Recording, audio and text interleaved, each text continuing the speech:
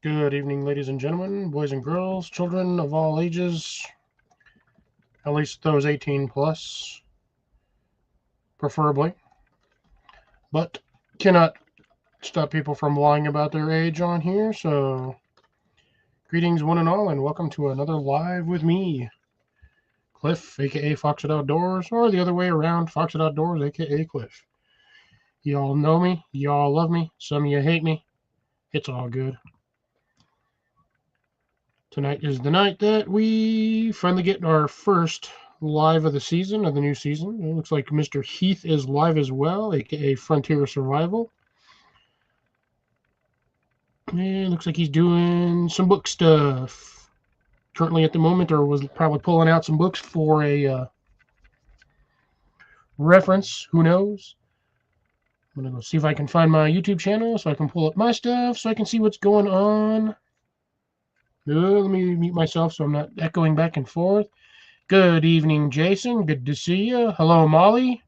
So I know you're in the background as well, so I can't not say hi. If I didn't say hi, then I feel like an a-hole. All right, let's pop this guy out. There's an extra button on here that I wasn't expecting to see. And there's a Mr. Rob on the road. Actually, not Rob on the road. That is a Rob inside the office. How's the internet tonight, Rob? Is it good today, or is it garbagey?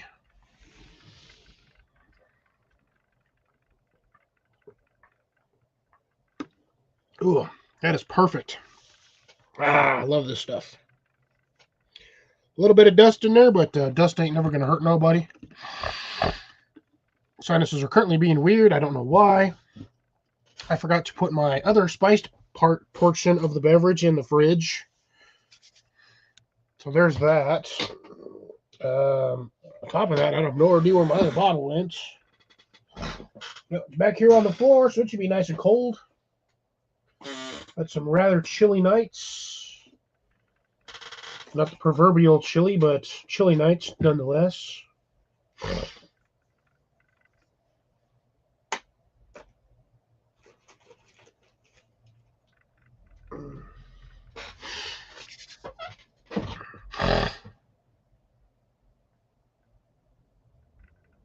Oh, damn. So you're not even at work then today, are you, Rob? Called in to work. That is unfortunate.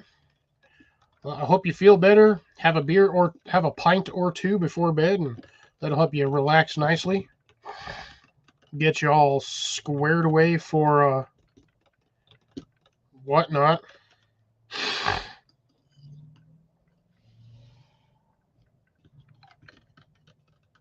Yeah, either way, like I said, a short visit, even a short visit is a visit, and I appreciate that, brother. So nice. I have not even eaten dinner. I ate lunch. I ate nachos at like 1 o'clock.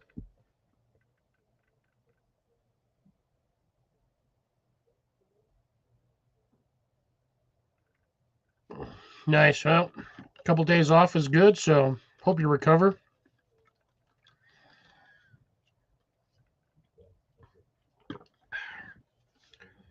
Tonight's festivities, proclivities, whatever you want to call them. For that, we have Kroger branded teriyaki steakhouse jerky. This was the cheaper of everything else in there. Even the freaking Dukes is getting goddamn expensive.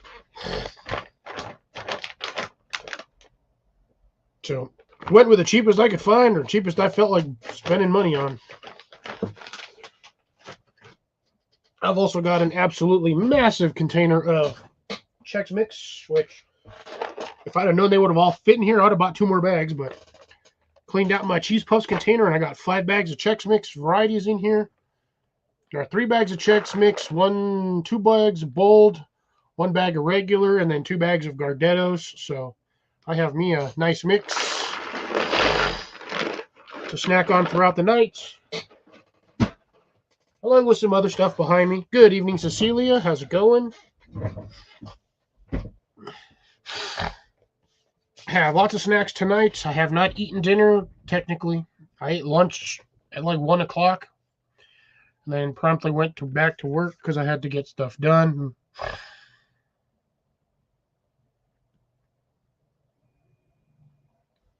So here I am, chilling, having a good night. We'll be drinking usual here in a few hours, or like an hour or so. But right now, I got me some orange drink mix in my awesome Whataburger Halloween cup. And I've got a couple of things. This one was a fun one. This was a nifty little project that I tried out, and so far it's working. Hey, there's Mr. Dan. How's it going? Good to see you. Happy New Year's, brother. Ha! Yeah, right. I've got tons of snacks. I'll drink and eat snacks. And I got water. Trying to figure out where to set stuff so it doesn't fall over. So, got a couple fun things tonight. I hope I can represent this visually on here decently. I should have just cleaned off the label off the container, but I forgot to do that, so that was my own fault. But found a new method to propagate tree branches or branches off of plants. Or, well, I guess clone branches. I don't know how you want to pronounce it. I guess cloning. Hey, good evening, Howie. How's it going?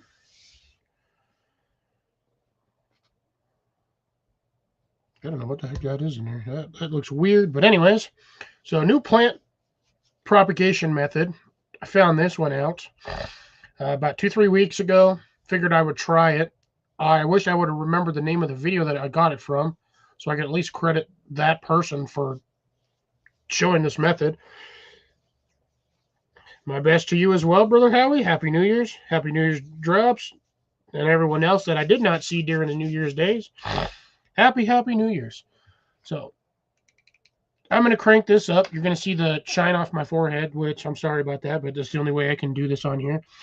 So, found a new method, like I said, for propagating tree cuttings or plant cuttings. So far, this method seems to be working fairly well. I cannot tell for the second one whether or not this is doing good or not, but for the most part, here's what I have. So I have about an inch or so, inch and a half of topsoil. Recommended you take just like a little bit of, handful or spoonful from most of the planters you have, basically the top layer of soil under the like mulch or whatever you have under it, leaf litter, whatever you have it. Throw it down in the bottom and then fill most of the cup. I could have gone all the way to the top. I probably should have. I probably should have gone all the way to the shoulder, which is what's recommended. But I didn't because I wanted to see if it was going to work. And if it didn't work, I didn't want to sit here wasting my time filling the entire container. Now that I know it works, I'm going to use this on a bigger container. But what I have in here is, as you can see, 2 rosemary cuttings. One on this one here is a slightly bigger one. This is a little one, but as you can see, it's got some little friends, which will pop up sometime in spring. They're just chilling in there. Still never figured out what kind of seed sacks those are. But don't know if you're going to be able to see this on here without too much glare. Let me see if I can get the glare off. So you should see a couple of little root tabs going off in here. I've had this in there for about 2-3 weeks. And it is doing fantastic. I really wish I would have gotten the label off, so it would have been a little easier. The white striations you see on here, that's just the cracking of the label. Those aren't roots. But that one here is a nice root, and is that one there that's going toward the barcode. So, nice little roots on there. I couldn't figure out if it was actually roots or not, so I actually tugged on the plant and they moved. So I was like, "Oop, not touching that anymore." Hey, Colin, how's it going? Good to see you. So, as of now, this method is working really well for me. So I'm going to continue to do this on a slightly grander scale, and I've only put water in here twice. Basically, what happens is this bottom part fills up with water, and then the water kind of just meanders up the rocks or keeps the rocks moist as it gets warm during the daytime. Evaporation kind of goes up, and then as it cools off, it just kind of settles down. So your plant's not 100% sitting in just direct water. So as of, I think 2.5 weeks, I think is what I've had this in there. I am extremely pleased with this method, and I will continue to do this from now on. Seems to be working out for me really well.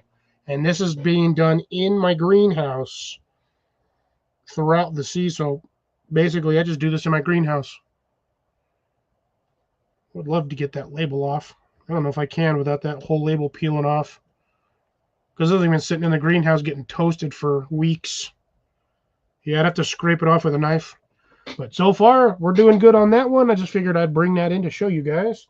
I thought it was really good, so figured I'd share the success. And once again, I wish I could remember the channel name that I saw that, at least learned that from. Ooh, that's a little dark. So I could have at least given them some sort of credit. Now, I'm pretty sure this method is not just, it's not a new method. I'm fairly certain this method is in a lot of gardening books. I just don't read a lot of stuff because I hate reading. It puts me to sleep. I only read basic information on specific items when I absolutely need to at that moment. I've got somewhere down here, I have a book that I started reading. Got about halfway through it, and then stopped reading it. Yeah, my rosemary kind of kicked the bucket. I had a fairly nice plant, but I want more. Just to have more. Because the more rosemary I have, the more possibilities I have to sell it. Ooh, nice. Yeah, I've got... don't have enough room to start too much indoors, unfortunately. I don't have a ginormous church to build things in.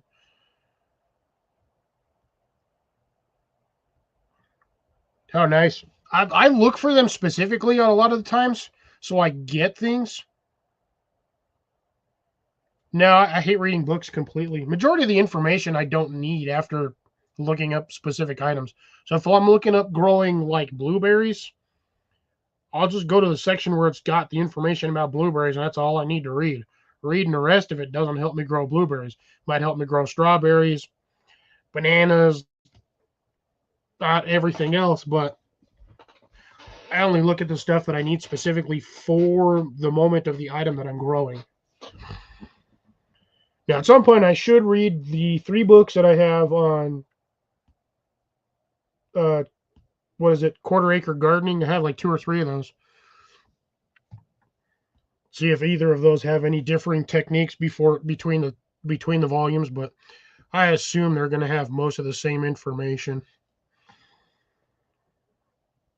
But again, I only research things when I absolutely have to. Like growing the Crocus sativus, I did about 15-20 minutes worth of research on that and figured, yeah, why not? Let's wing it.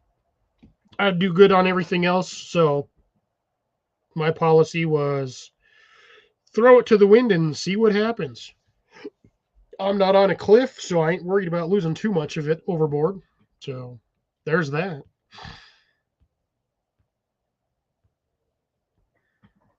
You know, I've gone on rosemary. I delivered to a guy one time, not too far from work, and it was like a 4-foot high by like 5-foot wide rosemary bush, and the leaves on that thing were freaking like Bermuda grass leaves. They were, each one of them leaves, like green pieces, was about that wide, huge, and they were like 2-3 inches long. It was an absolutely massive bush. And I asked the dude, I was like, is that on your property, or is it like in between the property on like the property line? He goes, it's in between. So this thing's been here since I've been here. I'm like, that bush is huge. Like a huge bush. Like the branches were like my finger thickness. They were huge. Which makes it easy because you can just go out there, snip off 2-3 inches for whatever culinary aspects you need, and that plant will just keep coming back. Yes, rosemary is normally a bush.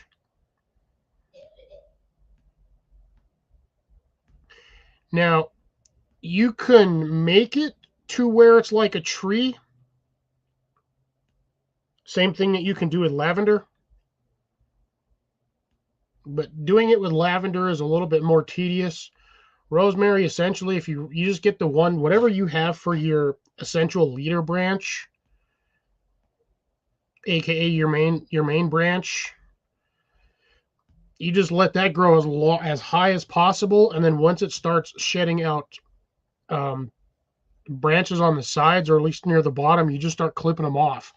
So basically, you just strip off all of the leaves or the green pieces, the rosemary seasonings.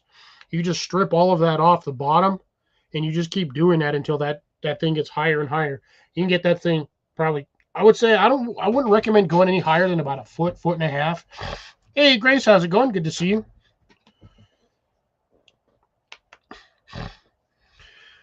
But yeah, you can technically turn a rosemary into a rosemary tree, which is one of the things I've been trying to do, but sometimes they don't quite work out the way you wish they will.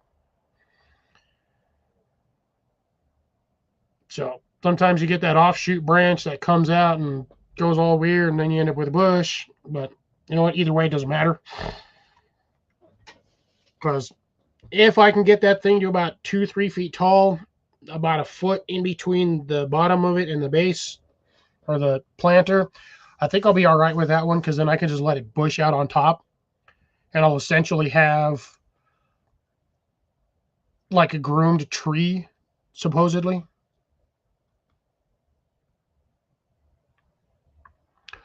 I struggle with it. I tried about 8 cuttings last year, and none of them did anything.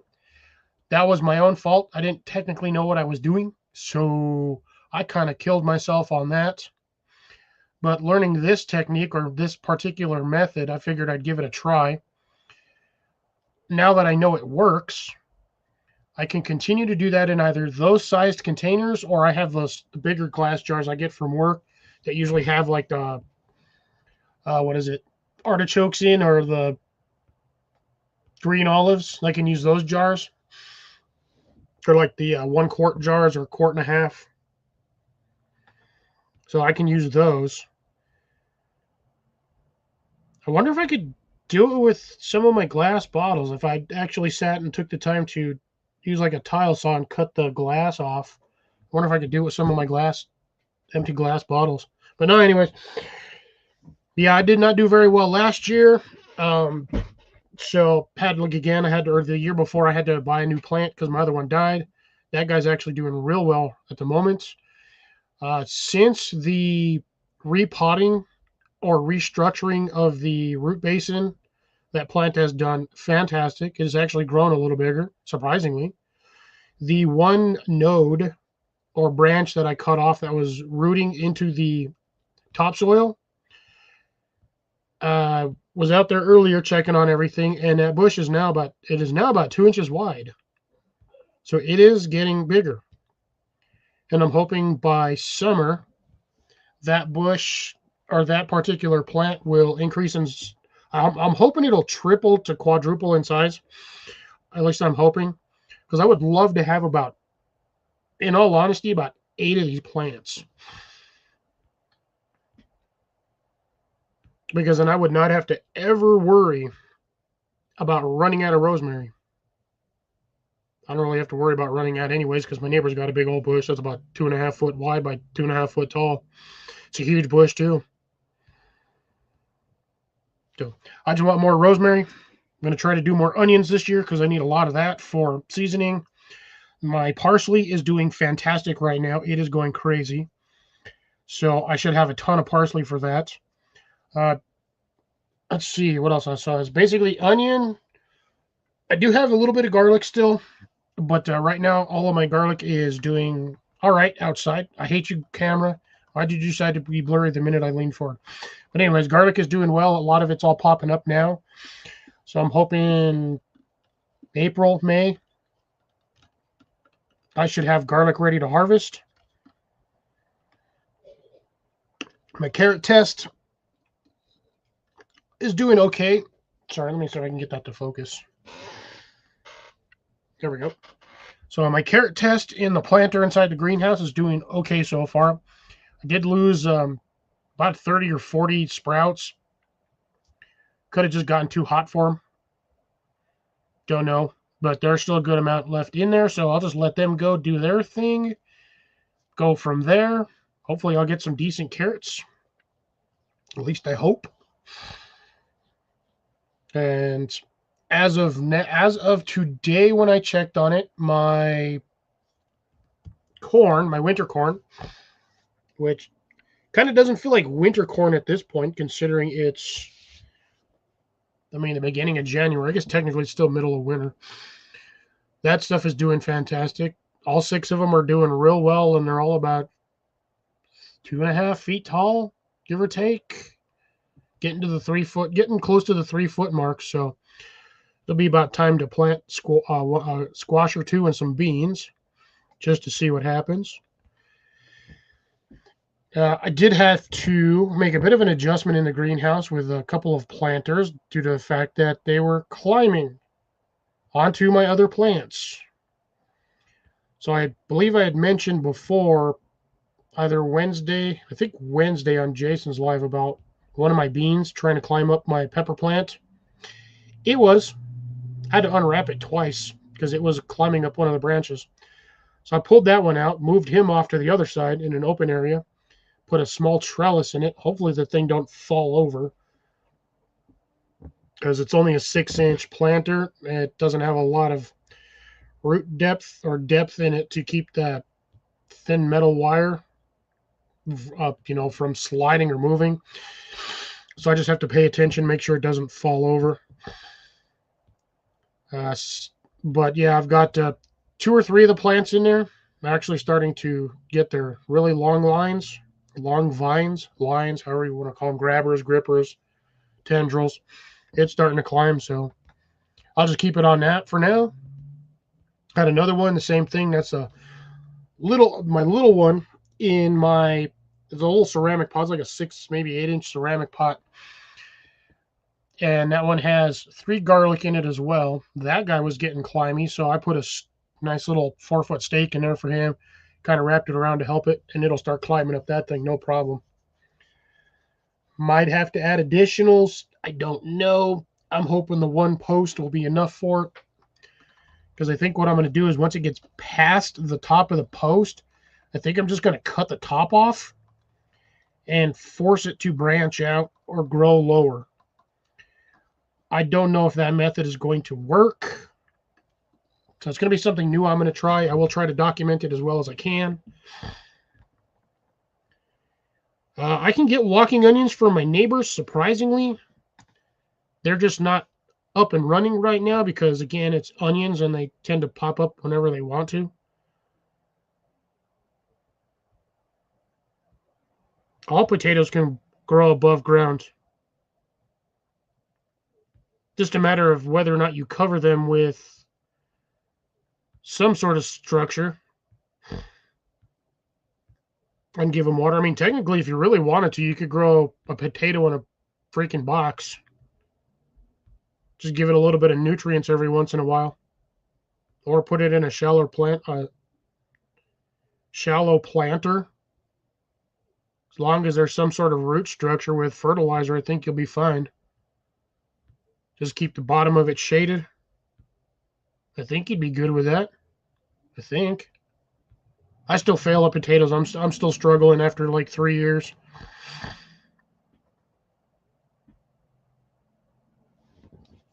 When I can sit there and grow potatoes roughly this size every time I grow potatoes, I will consider myself a potato farmer.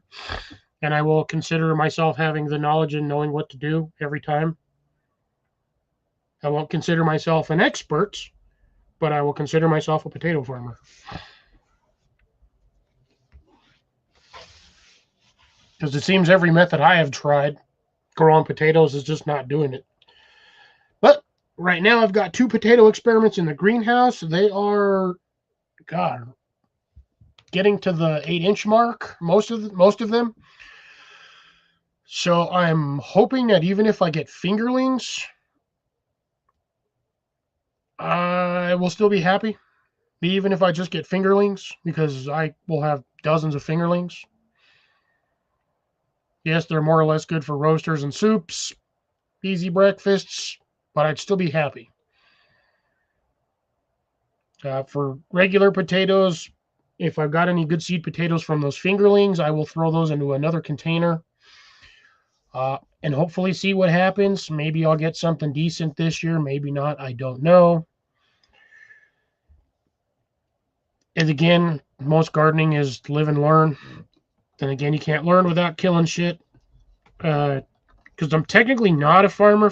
I don't have the acreage, but if I can get potatoes big enough, I will consider myself a potato farmer. Same with corn. I think at that point, if I can start actually getting corn and potatoes to grow normally, I will take myself off of novice status for gardening and probably bump up my level to not idiot, whatever the next level is from novice. I will consider myself a learned gardener. But that's probably still far down the road. But as of now, I'm happy. I'm sort of happy where I'm at. We'll see what again. New season, new year. So hopefully everything will go a little better for me this year. I'm still planning on getting a new greenhouse. That's going to be in the works, possibly. I have a.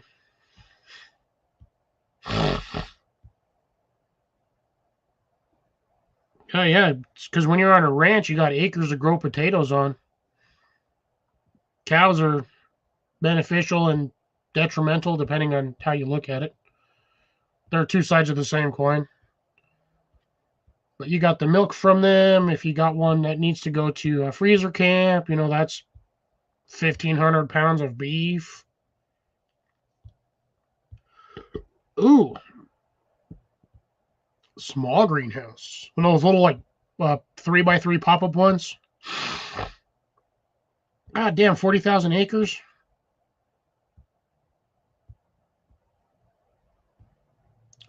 That's a lot of acreage.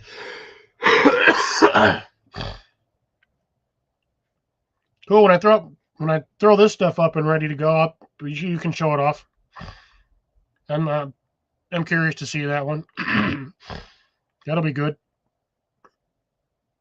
Yeah, because you can actually with that greenhouse, if you've got a heater vent, you can put like half of the heater vent inside that greenhouse and keep everything in that greenhouse toasty.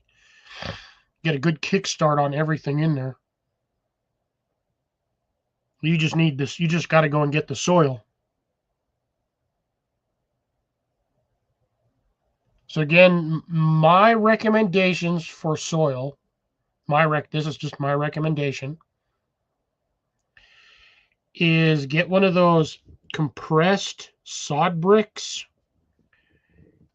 and a small bag of potting mix. Recommend raised planter potting mix because yes, there are different varieties of potting mix. Surprisingly, there's raised bed planter potting mix, which is slightly denser.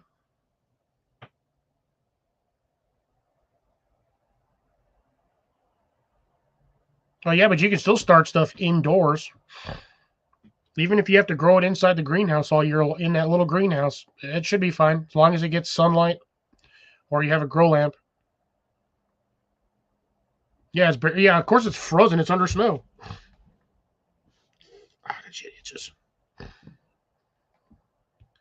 Yeah, I lost my train of thought. Oh, yeah, potting mix. Hey, Deb, how's it going?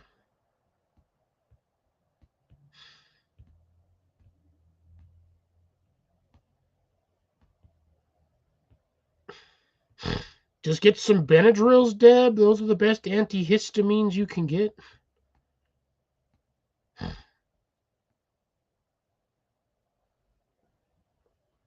Ah, gotcha.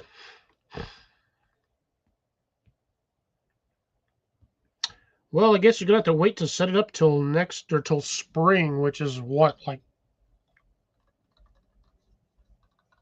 May, June-ish for you guys.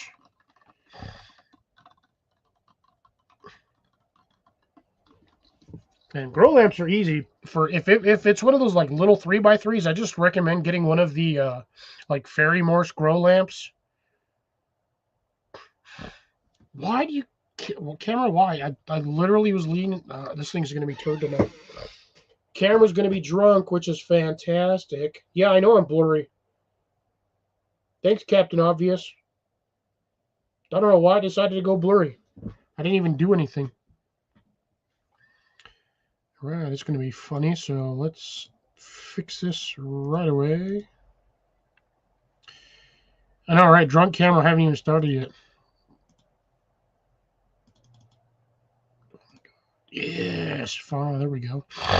Really wish I could make this stupid video screen on here bigger on my end when I'm doing it, when I'm just solo. Without covering up the chat. Because I can go full screen, which is my whole thing, but then I can't see the chat. Although, can I? No, it doesn't give me chat overlay. Oh, actually, it does.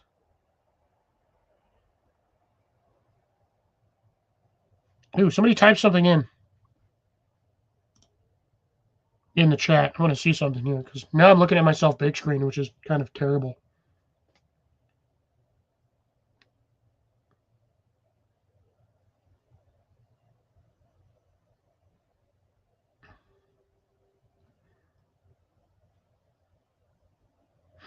Said it's supposed to pop up chat somewhere on the, either on this side or that side.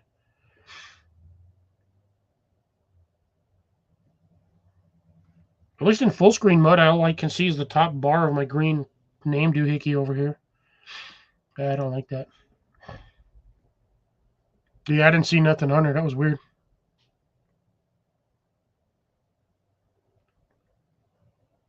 That was weird.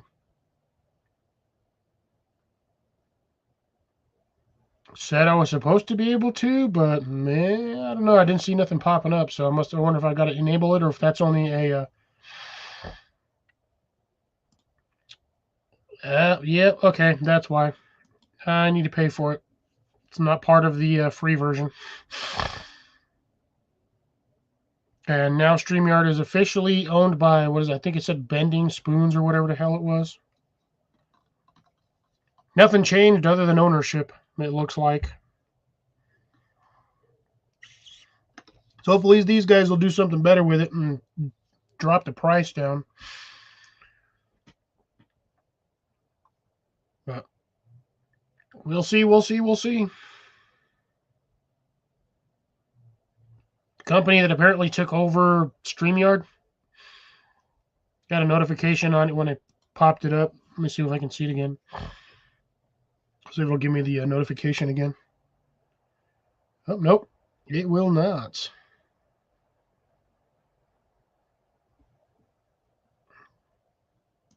Actually, it might give me on this one. Let's see. Where did it go?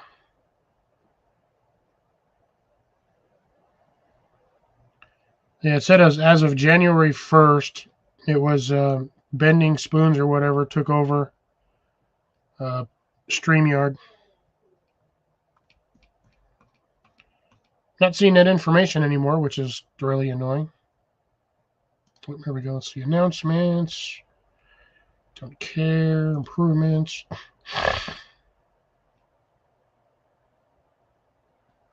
Nothing worth squad on here. So nothing really changed other than I think like ownership hands. So StreamYard's doing whatever it's doing on the thingamajig. It's not really giving me any more information on here, so ain't too concerned. No, you can't, Deb, because I'm over here on normal screen now. Ooh, but anyways, I did enough rambling for 30 minutes, so let's get this underway for the usuals, the regulars. Get that in here. Hopefully tonight will go smoothly.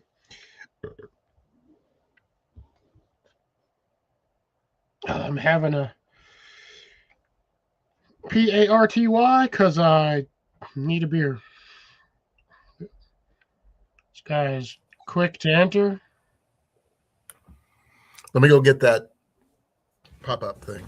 Be right back. Should have done that before you got up here. Hey, at least I don't have to worry about it. I got it. It's right here in the living room.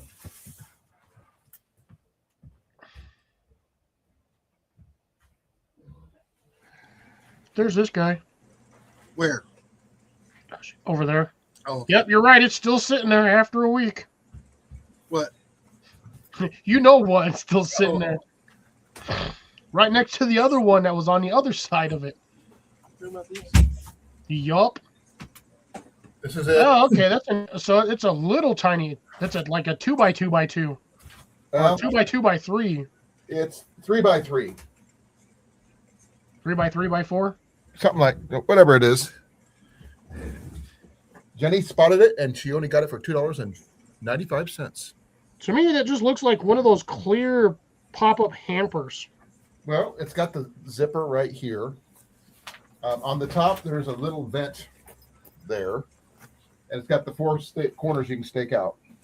Huh, so there's a little pop-up greenhouse. A little pop-up greenhouse is all it is. And yeah, there's the price tag right there. $2.90. But Jenny wanted it, so she got it. I actually didn't acquire anything at the Goodwill today. Only thing I did is I went and I got my stove up and running today, so got a pre-burn taken care of. Nice. Did you get all the parts for it this time and all the proper items? Yep, everything 100% got it. Considering I only paid 1 penny for the stove. Yeah, I like getting free stuff because the people are like, oh, well, we screwed up. So, yeah, here, for $5, we'll just send you a new one. Hey, look at Amanda's here. Holy McJesus. First time in this year, isn't it? That's the first time she's been on my shit. Uh-oh, got to get your hat. That was quick, Jason. I actually have no idea where mine went. I don't have a tin hat, so. Oh, there we go. I've got bugs in it. Maybe a booster. Hey! I didn't realize that was going. So yeah, there we go. Our shit can't be stolen, suckers. Yeah. I'm immune, so I don't have to worry about it. Let's give our. It's always good to be prepared. That's true. Yeah. Mine was in my. You should have it sitting there, Jason. Jason just had it sitting by. Mine was in my closet. I was like, it normally sits over here next to my hamper, but I kept knocking it over, so I moved it. So I like the fact that you got a fez. He's got a fedora. I don't have anything. Heck yeah. Jason's got a cowboy hat. I like that. Your soul's safer now, Cliffy. Blah, blah, blah, blah, blah. So how you doing, Amanda? How's work been? Long time no see. Yeah, no kidding. How's Booster? Boobster. Not Booster. It's Boobster. Boobster. It's always Boobster. I'm going to get my beverages. We'll get him. I am drinking the last of the coffee I made over my stove. Yeah, I'm drinking. Yeah, I'm claiming. Coffee's done. I probably got about that much left in my coffee cup, which is not saying much for this coffee cup, mind you. And I made a full pot of coffee on the wood stove. Oh, okay. So Amanda's had a couple of ear infections, so she's not been going to work. Ian's had one of those. I understand how bad she must be feeling.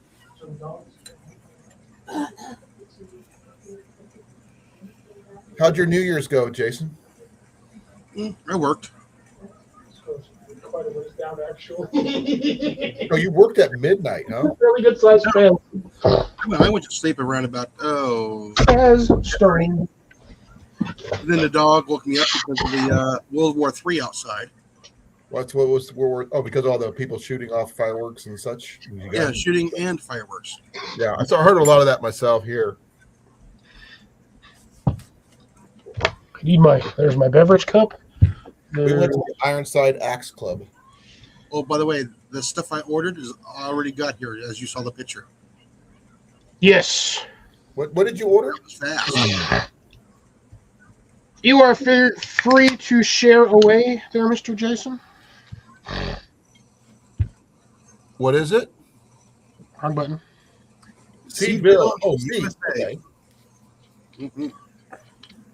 Well, you're a hell of a lot closer to Ohio than I am.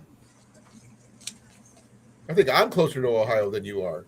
Well, yeah, no shit. You're like right next door to it. Not quite. I'm a couple states away. I think I got Illinois, Indiana, I'm hoping they're still viable, and Ohio. but I got to plant these this up and coming Tuesday. Coffee. Way to go. Coffee beans. Yes. So that was quick. It's going to take a couple years for you to get a decent, setup, right? He's in Texas. He's got the. You are going to have to bring that tree inside for the first couple of years. Oh no, that's going to be a greenhouse. They're going to be in pots where they're actually better controlled. I hope you got to see a doctor about your ear, though, Mandy. She probably has. That's why she's. Well, Ian, I tried to take Ian to the doctor. He didn't want to go. Oh yeah, well yeah, that's right. Summertime for Mandy. So That's because teenagers don't like going to the doctors. yeah, they don't get suckers anymore. I think he's done, Cliff. Oh no! I'm going to keep him big just for Amanda's sake. To hide yourself. You're the hiding in the background, pouring on the beverage. I don't know if Jason's partaking or not, but if he's not, No. Oh, the boss sent her home, Cliff. Yeah. That's a good boss. There you go. Let's do the last final pour here, and then we're good to go. Ooh. Another appointment on Tuesday. I did have some kind of a little bit of a drama after my burn on my stove, though, Cliff. Why, did you almost catch your tent on fire? Nope. Because the wood was slightly wet that I used, it developed some creosote buildup that caused two of the pieces to almost fuse together. But Jenny and I figured out a good way to get it unfused. Yeah, it's called a stick. Nope. A hammer. Nope. Ian tried that. It ended up denting my pieces, which I got mad at him for. No, actually, nail polish remover. Yeah, it'll work. It did. As soon as I put some on there, it kind of dissolved the lacquer kind of stuff, and it just broke it loose. I'm all trying to adjust my camera angle on my screen. Happy New Year. Right? Changed antibiotics twice already? Oh, man. What do they got you on now? That's probably Antibiotics. something that still ain't working. Well, this is amoxicillin, or something like that. Anticillin, depending on if she's allergic or not. No. Just hope she gets better, because having 2 ear infections sucks. That means your mobility is, you might as well be like a You can't walk, you can't drive, nothing. Nope, you can't. She's lucky she made it home. Can't even think because of the pressure. Oh, trying to get to the bathroom because your balance is going to be way off. Wait, you gotta crawl. Walking into walls. Bam! I don't remember that wall being there before. Turn around. Bam! I don't remember that wall being there either. Am I in a box or am I in my house? Or a whirling disease, keep going around in circles. Your head keeps on wanting to do this. That's apparently what you do blindfolded and when you're trying to walk in a straight line. Apparently, you cannot physically walk in a straight line while blindfolded. No. Did you know that most people who do lean one way or the other, depending on which hand they are? Yeah, they did. I've recently seen a thing with Jamie Heineman and Adam Savage, and they were out in this big old field, and they blindfolded Jamie or Adam, and he was like, walk in a straight line. All you had to do was walk in a straight line. That dude went out about 15 yards in a straight line, and then just kind of made a circular hook and almost ended up right where he started. Left. He went left, didn't he? Yes. You know why? Left-handed. Left-handed.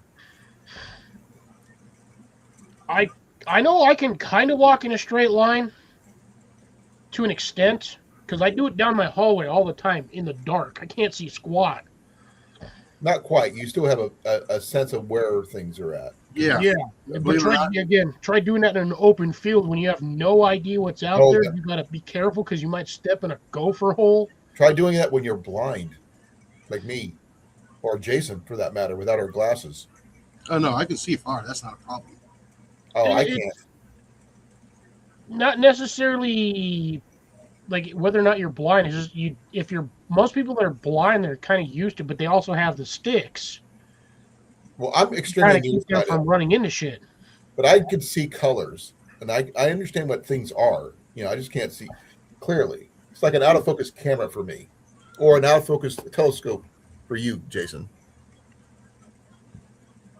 Yeah, the demand of that sucks. That's what Ian's going through right now. Drainage I'm from going to his ear, suggest everything. something. It's going to sound incredibly stupid, but it will help. If you have a heating pad, turn the heating pad on, I would say roughly medium-ish, and then lay that ear that has the fluids in it on the heating pad. There is an old remedy that my mom used to do that is also works. At least it did for us. She smoked, so she blew smoke into the ear. Ooh. Actually, it does work. It's been proven scientifically. It works. I'm not sure exactly what it is, but it melts the earwax and help heal it. Eat more nachos.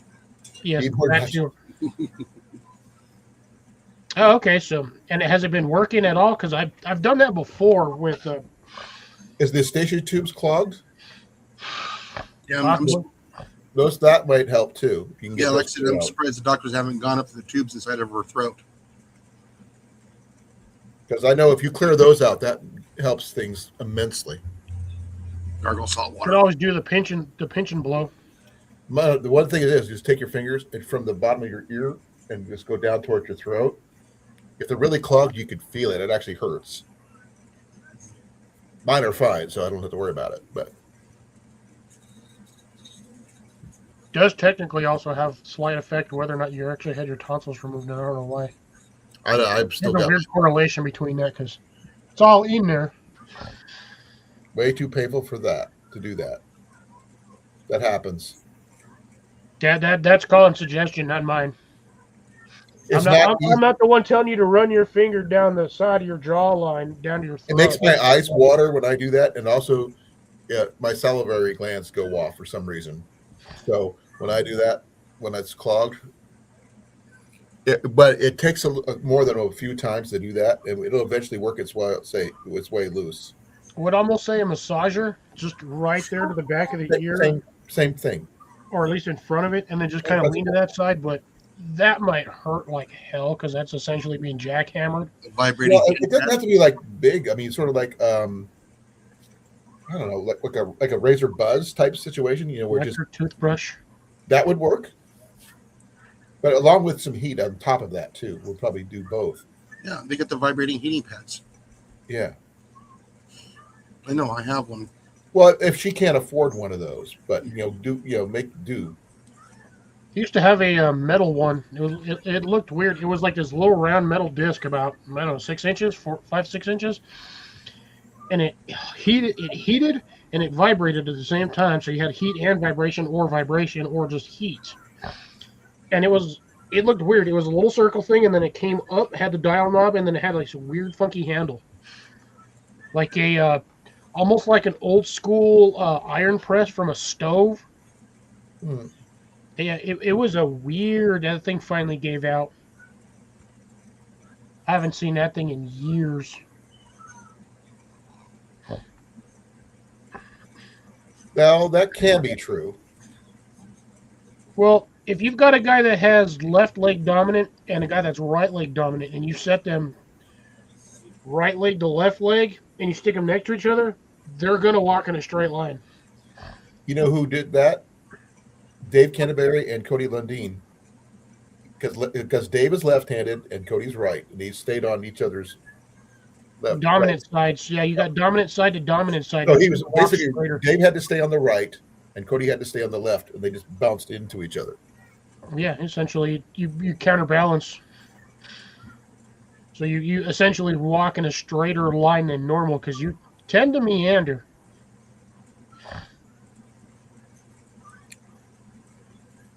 Now, if you're in a woods or something like that, if you alternate going around trees in front of you, left one way, then right the other, it's another way of keeping straight.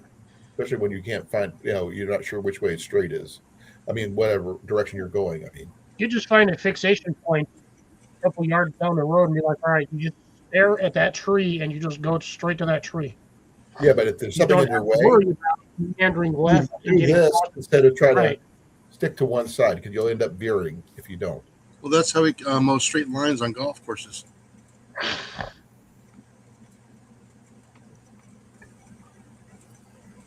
The straightest line on a golf course is the freaking clubs and the damn flagpole.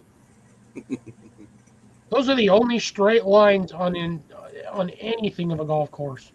Everything else is curved lines. No, the straightest place on the golf course is the bar. Well, technically it would be the club members, but I'm not going down that rabbit hole. Oh no, there's no guarantee on that, Cliff.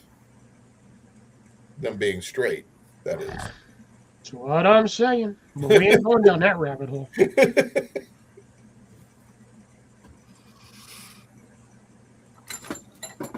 So how'd your New Year go, Cliff?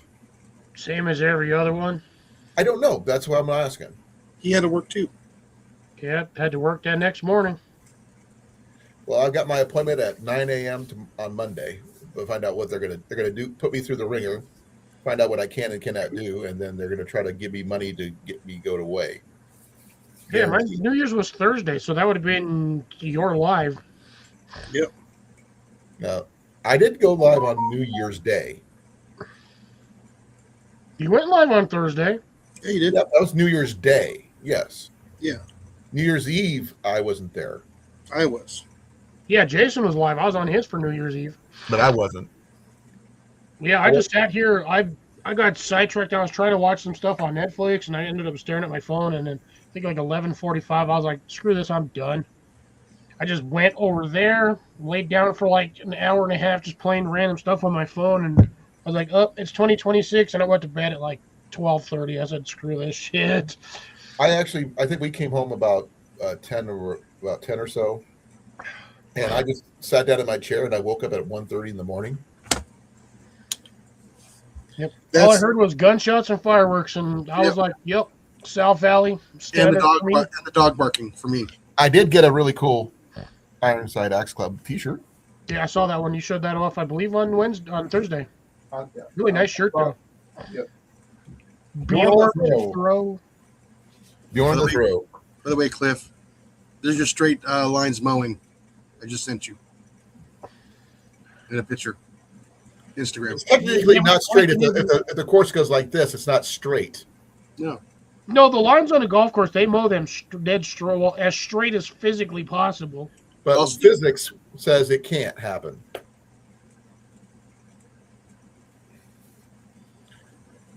It may be perpendicular, but it doesn't mean they're straight.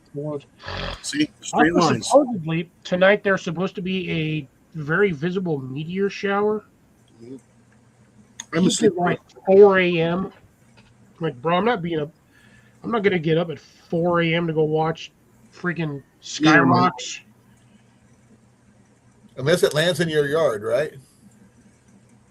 Bro, if it lands in my yard, I'll just dig it up. I'll just deal with it in the morning. Oh, you better keep people. Hey, ground fog. Ground fog. If a meteor lands in your yard, you better be careful because someone might try to dig it up when you're sleeping. Shit, no, they're gonna be out. They're gonna get their freaking head chopped off. Straight You didn't hear line. that from It me? may appear to be straight, No, I'm getting there, Jason. My brain is just doing other. but the ground is not flat. Yeah, it is. Not 100% flat. Yeah. Nothing can be. That's a ball field. Oh yeah, that's a ball field. That's more or less flat, but not a golf course. Uh-uh.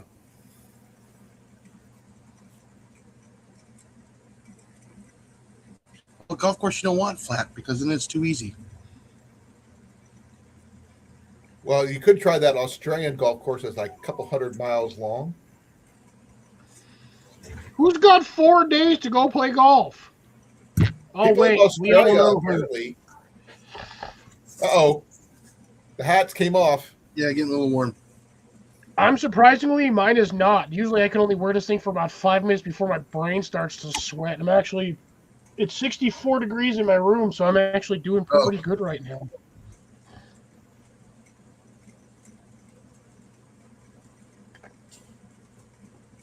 Because I keep waking up and it's like 50, it'll be like 52 degrees, 53 degrees. I'm like, ooh, damn, that's chilly.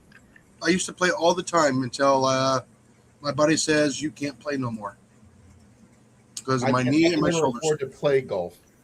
No, my knee and shoulders said, nope, you're not playing golf no more.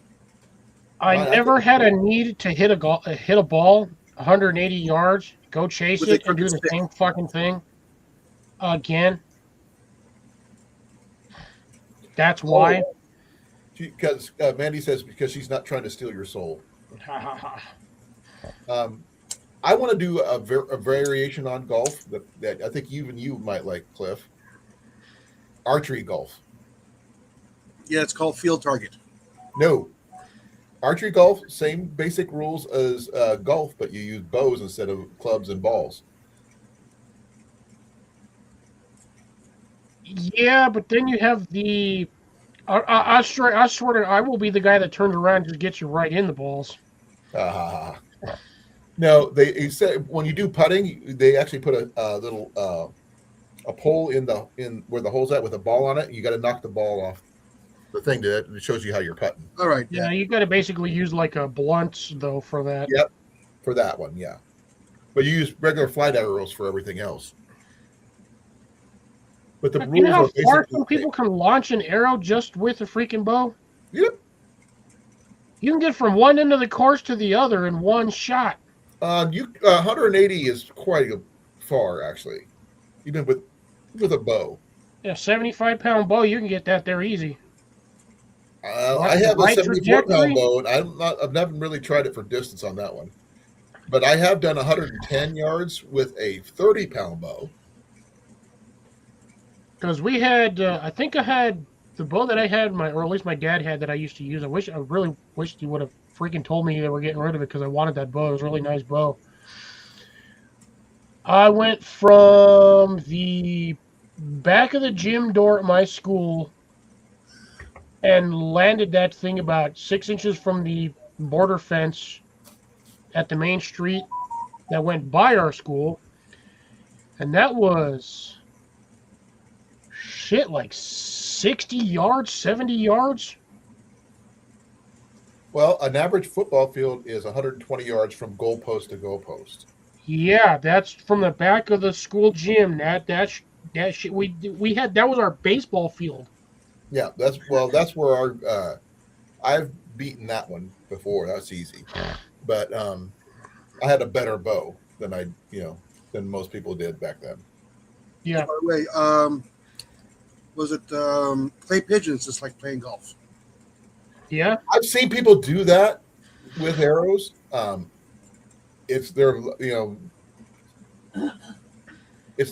called aerial archery. It's not easy. I've done it. It's not easy though.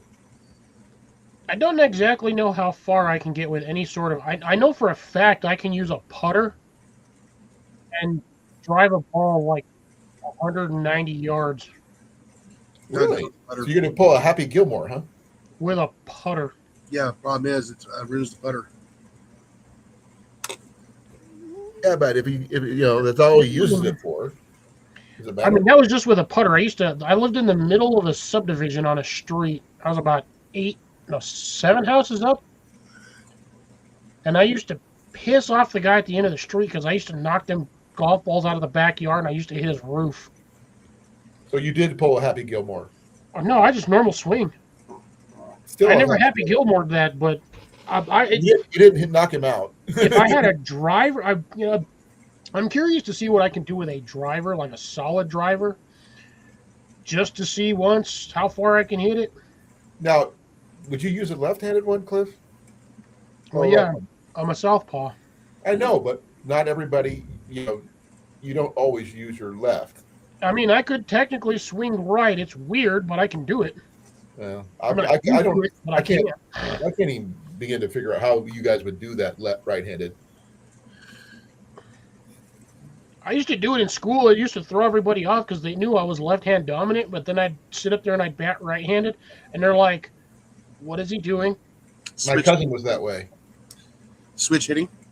Confusing the shit out of them, and they're like, everybody come in. I don't know how far he's going to do this, and there'd be like one dude in like outfield ready to catch, and I would get like right in between them. Yeah, my cousin was right-eye dominant, so he had to hit right-handed, even though he's left-handed. Yeah, that's weird. When you do field target, you have a total of a score of 72. So you got a station 1, you got 9 stations. You got 8 shots per station. For what again? For field target. Is that shooting, or is that for archery? Because I mean, I know there's You do it for both. I've heard about it for archery, but I'm not sure whether the rules are the same or You got not. 4 targets, you got 2 shots per target. And there you use resettable targets. Okay. Every time you hit and knock it down, it's 1 point. If you don't do it, it's a 0. There's no resettable targets for archery. Yeah. There's not. Wish there was, but there's not. And they'll go anywhere from 15 to 100 yards. I'm pretty sure they can find a way to do resettable archery targets. No, you use the styrofoam or the regular targets, but they're going to be at different yardages. Well, I mean, would you use blunts or would you use? Oh, you'd have to use a blunt. No. You shoot into regular targets. Well, there's no resettable on those. They stick in. Is what happens. You still have to go and retrieve your arrows. Yeah, but you can't knock them down and it stand back up. I mean, without damaging the arrows. Yeah, you can. I've knocked down either a field point or not like the pointed field, like the standard field points, but like a more rounded, like the children's target field points. Oh, I've got those. If you use that on, say, like a shooting target, you might be able to. You shoot the styrofoam field targets, like the statues, like a deer or a hog, or different animals, coyote. Yeah. No, the 3D targets. What's your favorite color arrows there, Cliff? Well, get them out. No, you're not going big on that one. Yeah, so like those ones, you can use those on, like, say, a shooting target. Because see, those ones will get stuck in damn near anything because of the way the point is shifted. Oh yeah. But those like children's ones with the like rounded cone point, Right. you can use those on like a standard like target range for like metal targets. But striking, trying to hit a 1-inch steel target with a freaking arrow at 30 yards is not going to be easy. Well, here's And the then they tips have the for trigger my new reset. takedown arrows. They look like this, but they're a little rounded anyway. Yeah, those are slightly better field points than those other ones. Yeah, you just shoot the 3D targets. Yeah. But They're there's 3D targets, so you have to walk over there and you still have to get the damn arrow out. Yeah. And if you hit vitals, hey, it's 1 point. I mean, would it be considered a vital shot if you got him right dead square in the ear hole? It's still a kill shot, but yeah.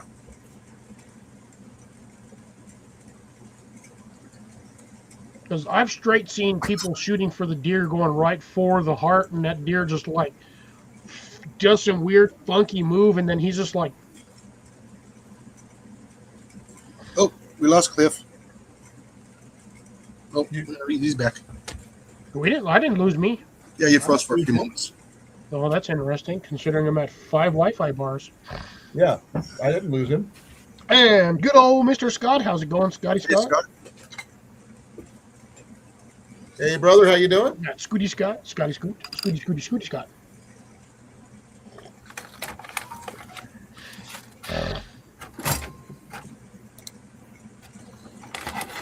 And just to let you know, Amanda, no, I have not started on it. I have all the stuff for it. I have just not found the motivation to do it. I've been busy trying to get other stuff acquired. I will eventually work on it. Once I start working at it, I will send you a message. But at the moment, I just have not worked on it.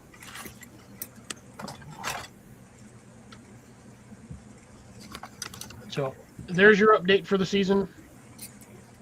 And Cecilia, no, I have not sent it out yet either.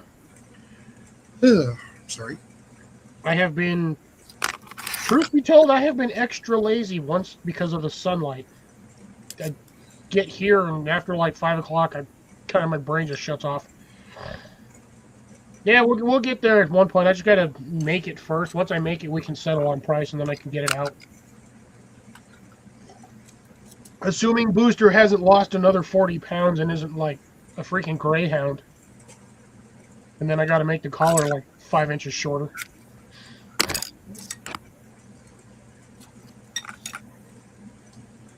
But, yeah, so anything else garden related that we have going here? I mean, I just got the one thing. That was it. And it's like right there. That's one Jenny.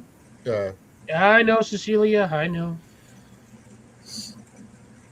I'm terribly sorry. I am super freaking lazy, especially trying to ship all the way over there. Oh, man, dude. Pallets going, because I always get free wood. So what's the first project? Don't know. Well, the first project's going to be taking out the rest of the nails. Well, obviously. I mean, with the actual wood that you're getting, what's the plan? Plan on doing some little planters, but I don't know. We'll see. I'm not really going to be doing anything with them until it starts warming up and I have more hours in the daytime. Because even when I get up on my days off, I'm, 4, maybe 5 hours max is all the allotted time I have to work on stuff. Because, again, I have to stop at a certain time to come up here on the lives. Right. So, sorry, I could prioritize and just straight be like, well, I don't have time to get on lives, and then everybody would all be all mad at me because I'm not being on lives. Because you're not being sociable. Yeah, I'm not over here, doing my friend duty and showing up for everything. So, I stopped my project works. Well, at this point in time, due to the time frame and winter solstice, blah, blah, blah, most of the time I have to stop working by 5 o'clock anyway because I ain't got no damn sunlight. Yeah, I know. I hate that. Those are my takedown arrows. So, like I said, I get about 4 or 5 hours worth of solid work, and roughly about 4:30 I have to stop and start cleaning up because I know I'm not going to have enough sunlight to do anything else. Don't you have lights inside your greenhouse at least? I have a light inside my greenhouse, but I'm not taking apart my pellets inside the greenhouse. Oh, that's true. Yeah. No outside lights either, huh? You don't want. I have an outside light. It's a floodlight, but that only does so much. True. And I don't want to sit there at when it's technically dark, sitting out there pounding on nails trying to get them out with a freaking hammer and a crowbar. Yeah, I was just wondering if you're going to do your pneumatic denailer. I gotta find out where I gotta remember where I put the damn thing. I think it's still outside in the bucket. I remember when it was like taking apart pallets when I was at work, and it sucked. You still have to take it apart. When I did it. Mm-hmm. Yeah, I feel that. I'm going to be getting chickens this season, too. I don't know what the regulations on restrictions are, but I'm going to do it. I got to just pull the trigger and get the chickens and hope that it What would pans you do out if for someone me. sent you chickens? What? What would you do if someone actually sent you chickens when you weren't ready? I'd be confused as to why somebody sent me live chickens. Because why not? Well, no, I would just be confused to be like, who the hell's sending me live? Who's sending me chickens? That's when someone says, "What's up, chicken butt?" Jason, man eating chicken? You eat the chicken. No, man eating chicken. Oh, man eating chicken. And I do agree. I would love to see the reverse spectrum of that. Her garlic's not doing too well, Cliff. Any suggestions? Yeah, stop watering it.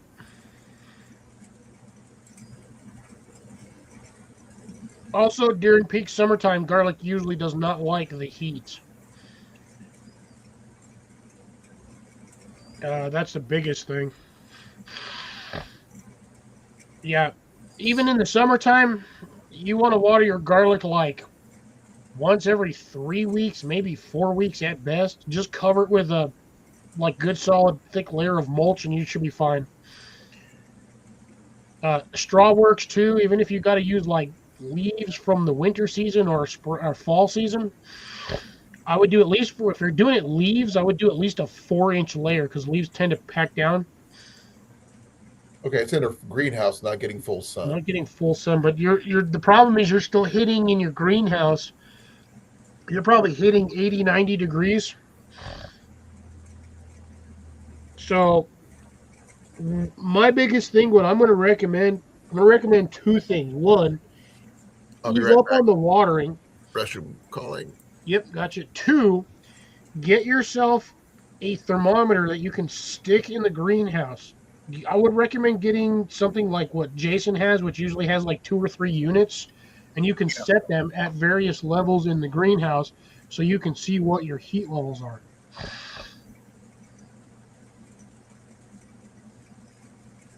So there's that. So those are the 2 major suggestions I can give you.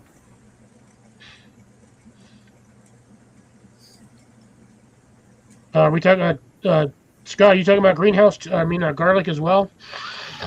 I think I'm on my 3rd year now that I've been growing garlic. Yeah, 3rd year. This will be my 3rd year. I think I started back in 2022. So yeah, I'll be technically going into this on my 3rd solid year of.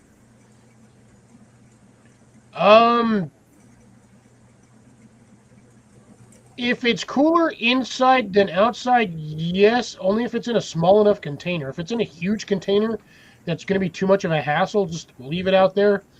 What you can do is put some shade cloth around it or over it just to block out some of the direct sunlight.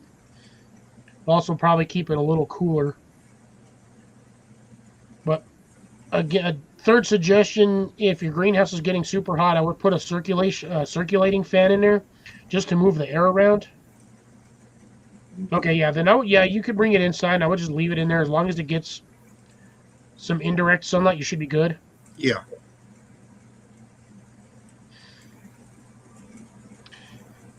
Yeah, garlic is always sold in like the summertime. You'll get that like right at the end of the season. They'll just start throwing all the garlic sprouts out there. Okay, yeah, if the greenhouse is covered in shade cloth, you should be fine, as long as it's not getting 100% direct sunlight. But I would definitely recommend getting a thermometer system or a weather temp system that you can throw in there to monitor what the temperatures are. If it gets too hot, crack a door open or window, throw a fan in there just to suck out some of the heat. I know a lot of the plants in Australia love the heat just because of the air, just because of the nature of the plant. Garlic, unfortunately, is not one of those. Does not do well in the heat. That's why I always struggle over here with mine, because it just gets too damn hot. Jason can attest for the same exact thing. Yeah, Scott, you want to plant your garlic no later than November. Depending on your area, depending on the breed of garlic you grow. There are technically a handful of varieties But really what you're going to get is you're going to get your hard neck and your soft neck. Your hard neck is going to be more cold hardy. Soft neck is going to be around the same, but you're not going to get the, I would say, I almost want to say the quality of life from the soft neck. But yeah, roughly, yeah, right there before the frost. So you want to plant about 2 weeks before your absolute first frost date or when the ground's going to freeze. No, just leave them in there, Amanda, depending on the size of the pot. Garlic doesn't care. It doesn't care if it's crowded.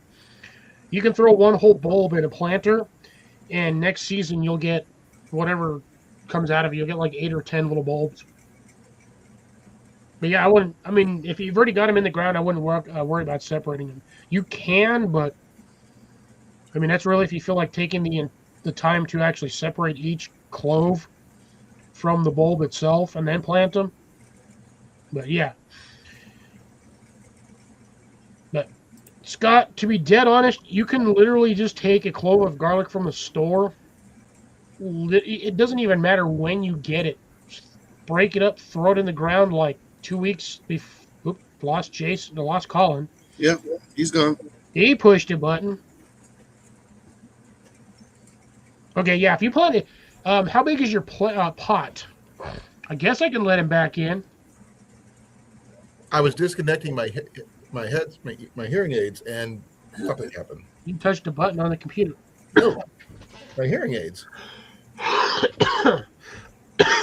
I was gonna do this year. I was gonna do an entire massive planter full of garlic, but then I was like, I did that last year, and I didn't get jack squat from it. So I'm just gonna plant them in random locations wherever I decide they're gonna go. So I have at least 2 or 3 dozen planted in various planters, locations, and pots.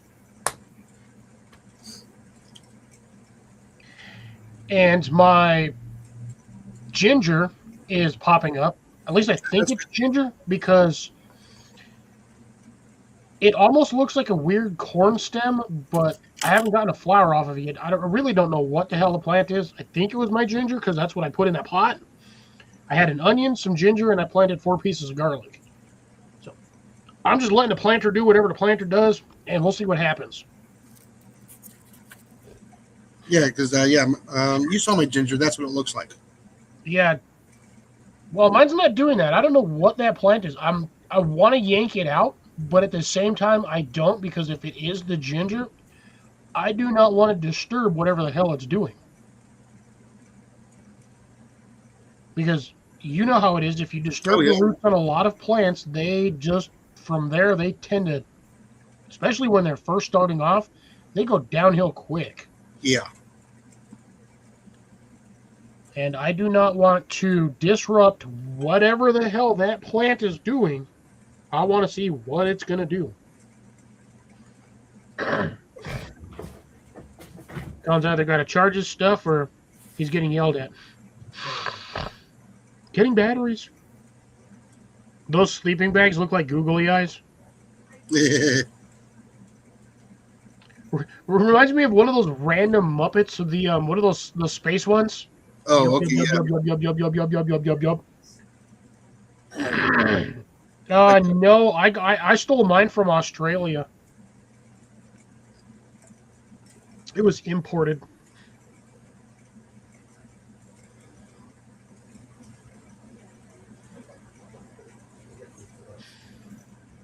Now, again, the question, Amanda, is how big was the pot? I'm trying not to yell at you because I know hearing is kind of shit right now. So I'll ask the various questions, hopefully with a low enough tone. But how big is the pot that you planted them in there?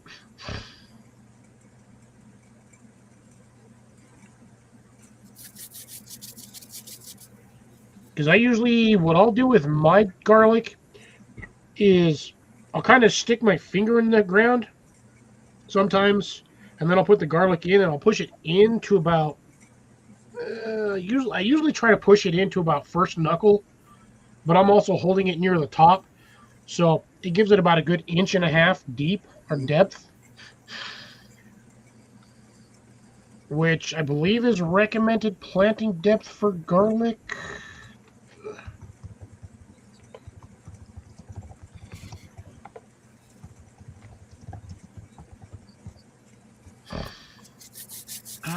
No thank you. Fuck AI.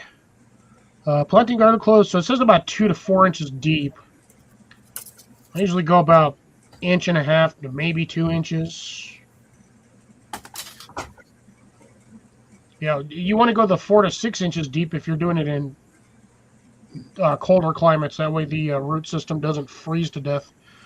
But for you, Jason, it specifically says for elephant garlic, plant deeper at 4 to 6 inches. Yes, So that's deep. that is deep. That is a pretty damn deep. Well, especially for elephant garlic, that's the depth is almost the height of the entire plant. Yeah, no, like I said, We're going to put that in as a search bar. Sorry. Try that again, Jason. no, yeah, that's because it's a pretty big bulb. Yeah. Did yours do anything this year? Did you get anything off of it? No, I didn't even plant them. It's always slipped my mind. Plant them now. You might actually get. You still might actually have enough time to get them. Well, I'll just leave them in there till like the following year. Yeah, I can't really plant garlic outside right now because not too. Usually, late October is about November is ideal, not January. Well, for your area again, you got to figure out what your last general or when your first recorded frost date is supposed to be. When it actually freezes the ground, you want to plant 2 weeks before that. For you, Colin, I would personally recommend hardneck garlic. I would not do the soft neck. I would do the hard neck because you're going to get that standard 4 to 6 months of just straight chill time. They said hard neck types like music, chestnut, German red, Penish, Roja, and porcelain purple stripes for the types for coldness. Yep. I would just do the hard neck. You can figure out whatever variety you want to get, but I would recommend for your, like I said, because of your area, you're going to get that 4 to 6 months of solid chill time. Right. Hard neck is the way to go for you. Depends on what style of garlic I need, because you go strong and spicy for the Roja or the German red, mellow for the porcelain or music style. And yeah, drops. I don't know if that was trolling or just for hilarity value. What do you say? I was wondering if they were trying to punk the public naming a redheaded ginger on Gilligan's Island Ginger. Because remember, she was the only redhead and her name was Ginger. But I'm pretty sure that was just her stage name. Funny. Probably her stage name. But still. No, you did not. Well, chestnut red is actually a sweet, mild when roasted. And Asian Tempest, also same thing. But I can't do soft neck like you said. Yeah, no, hard neck is the way to go for you specifically just because of your climate area or because you have the long chill hours. Right. Or you have a longer winter season than a lot of us in the Southwest. Yeah. They said between October 1st through November, Halloween is about the ideal. Damn, she sent me a bunch of dirty pictures. Her Booster? No, Amanda's just sending me dirty pictures. Of her garden? Yeah, see? Dirty picture. All the dirt. And I figured. All the dirt. Oh, yeah, and Amanda, you probably could have gotten at least 5 to like 9 garlic cloves in that one planter alone. You sent me dirty pictures. So what kind of garlic full of dirt, therefore it's a dirty picture. What kind of garlic is she planting too? Judging from the plant, soft neck. Okay. Can she do hard neck? No. I wasn't sure. Hard neck requires, I believe it's a minimum of like 5 months of cold time. Oh, I've got that. Easy. That's why we would have to put ours in the refrigerator in the summertime, and then plant it during the like October, So Okay, it so do its job. she's got. So here's this. So let me go to the big on here. You guys can go sit in the background. So she's actually got a shade house greenhouse inside the greenhouse. It's not a bad sized greenhouse though. No, I would say that's probably 6 by 8 or maybe an 8 by 8. Is it normal to do what she did with in the under Yes, actually, that's a very viable setup due to the fact that well, technically the greenhouse is her mom's greenhouse. I think she's just utilizing the area. Am I correct on that assumption, Amanda? That's still your mom's greenhouse, or is that physically your own greenhouse that has the similar setup? Yeah, that's weird. So there's the other part. That's actually good. She got a whole ass look at a whole ass bathtub in there. That's a cast iron bathtub too. That's not Is that a bathtub or a sink? It's hard to tell. It's a claw footed bathtub. No, that's actually a big ass sink. You sure? Yep, 100% positive it's a sink. Because if you look, there's actually nothing under it. You can just barely see the bottom of the bowl. Yeah, but you can see the feet right there. There's no feet. Nope, That's plastic bathtub, she says. Yeah. Plastic bathtub. Nope, plastic bathtub. Yeah, that's a shallow bathtub. Either that or it's just the angle of it. But Probably that's actually a good idea because you can stick a ton of dirt in there and you have solid drainage. There you go. Cliff, you're going slightly out of focus. Yeah, I know. It'll figure it out in here in a minute. She's got, looks like either cherry or Roma tomatoes, my guess would be. I would say from the way they're growing, probably Roma tomatoes. And it'll be blurry until it figures it out. Oh, that's a nice basil plant. Hey, fucker, focus. Looks like you got a couple of marigolds in there, and I know for a fact that's basil. Oh, actually, no, that's a pepper plant. Pepper. Yeah, that's definitely a pepper plant. So, capsicum. So, most likely bell peppers. Yep, bell peppers. And let's see, there's Boobster. Just so y'all get to see the good boy. There's a good boy. Yep. Doesn't want to focus. Shit ass camera. There we go. Now it's focused. He's looking pretty good. Yeah, he's looking slim. He's like Needs a little bit more dog food. Man is starving him over there.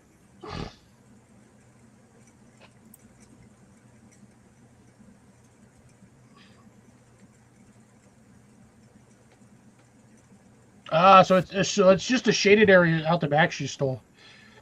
So part of Mom's greenhouse, but she acquired a space for herself. All right, good night, Cecilia. Be well, be safe. Good night, Happy Cecilia. New Year's. Night, Cecilia.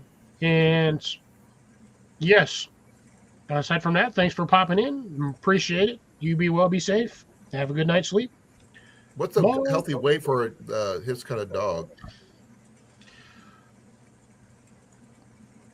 Dog that size, about 100 to 130 kilos. Oh, okay. He's No. way down then. That's No, way too heavy. Yeah. It's I too know that'd be like a pounds. 380-pound dog. What kind is he again? A mutt.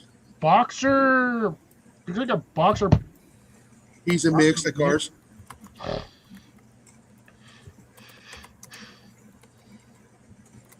I want to say almost like a boxer pity mix.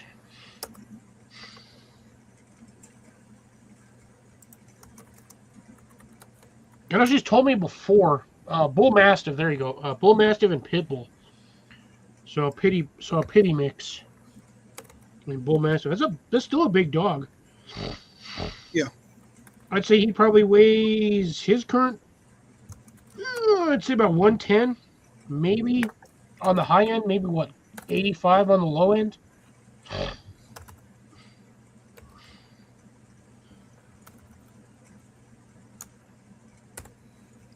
Get off there. I want to see what the hell that is in the corner. Oh, He says between between 45 and 64, according to the internet. So, Yeah, I don't always trust what you hear on the internet. well, that's why they give a range. Now he looks like he gets a lot of like good exercise over at Mom's house.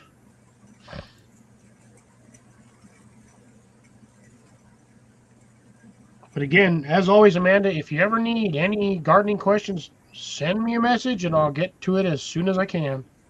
It depends on which one is the parent. That's the big thing. The weight. Now, males are usually heavier than the females. Pretty much with damn near every species.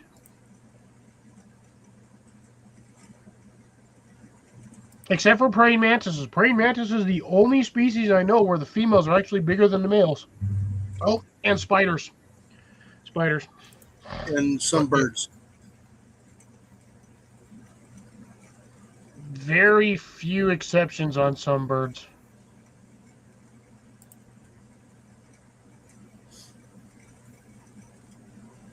So it probably takes more after the pit bull terrier than anything else. They run about 35 to 60 pounds.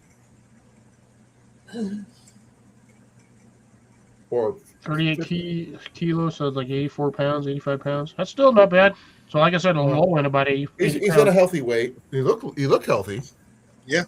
Well, that dog Booster looks like he's getting a ton of it, like plenty of exercise outside. Oh yeah, and a lot of protein too. And he looks happy. That's a big thing. Amanda, give it fertilizer. Recommend probably a small mix of ironite. And what do you recommend, Jason? For tomato plant that's not doing well. Manure. What is the plant actually doing? What's it trying to tell her? The color of the leaf. Texture of the Cinnamon leaf. sardine biscuits? Oh, okay. It's not bad.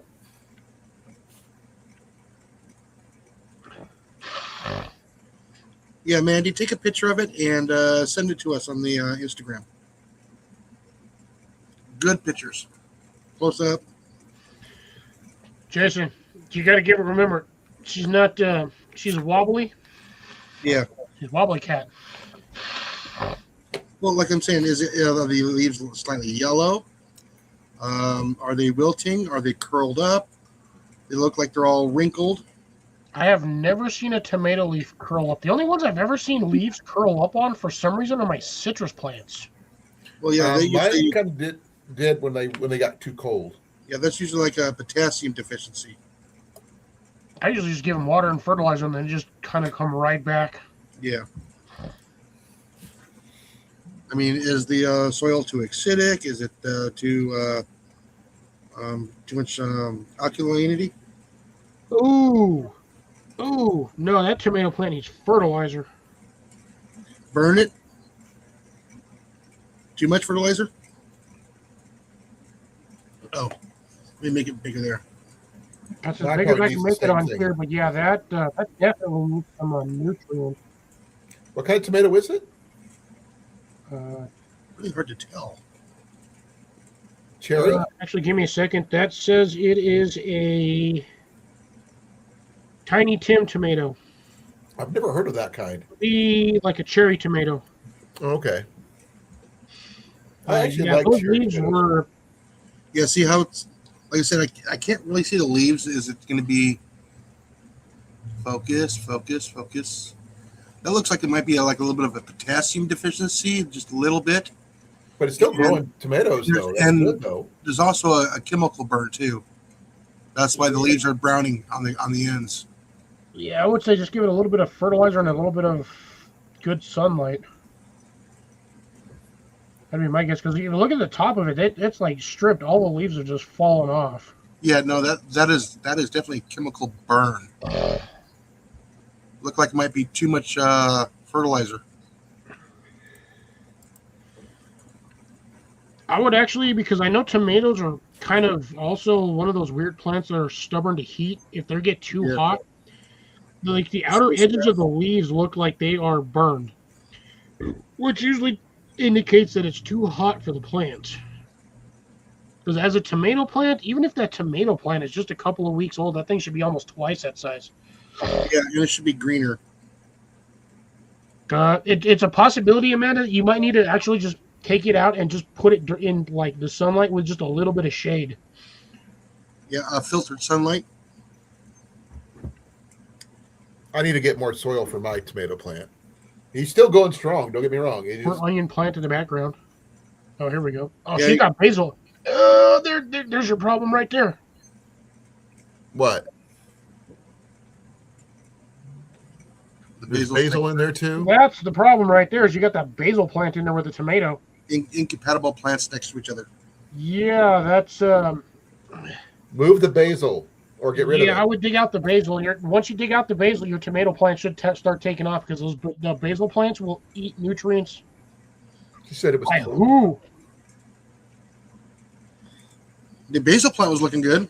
Yeah, the basil. Yes, because it's sucking up all the nutrients from the tomato plant. It's choking it out.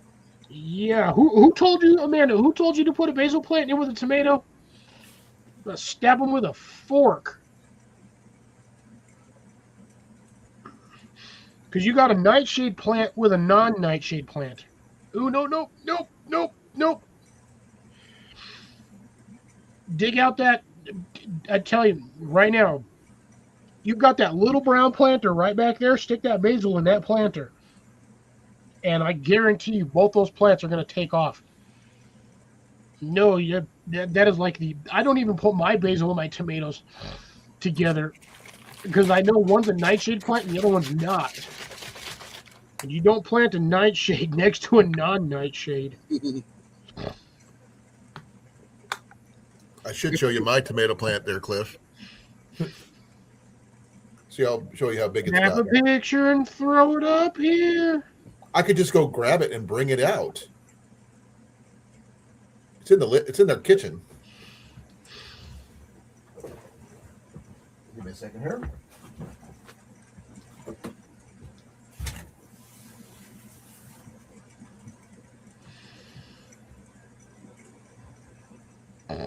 Freaking Johnny.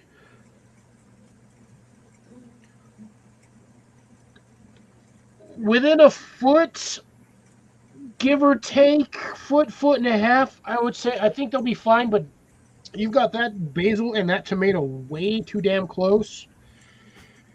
And so basically what's happening is even as small as that basil plant is, if you were to yank that thing out of the ground, I guarantee the root base on that's going to be at least 4 or 5 inches wide. Those things spread roots like weeds because they want all the now I'm starting to get warm. I'm gonna take this damn thing off. They will suck nutrients. Well, if you let me show you, Cliff, I can. Well, are you ready to show it off? Yeah, it's right there.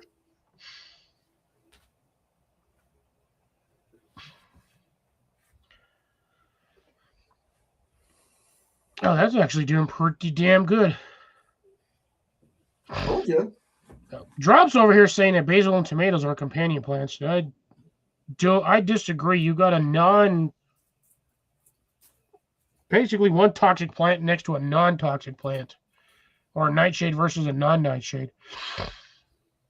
I think I'm doing pretty good considering it's just a Walmart tomato.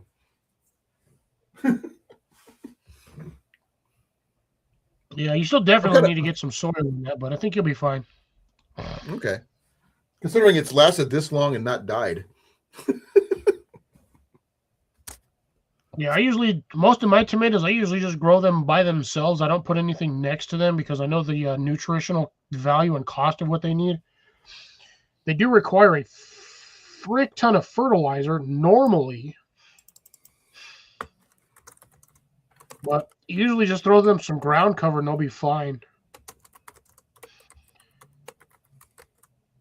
If it doesn't help, let me know. We can figure out a course correction.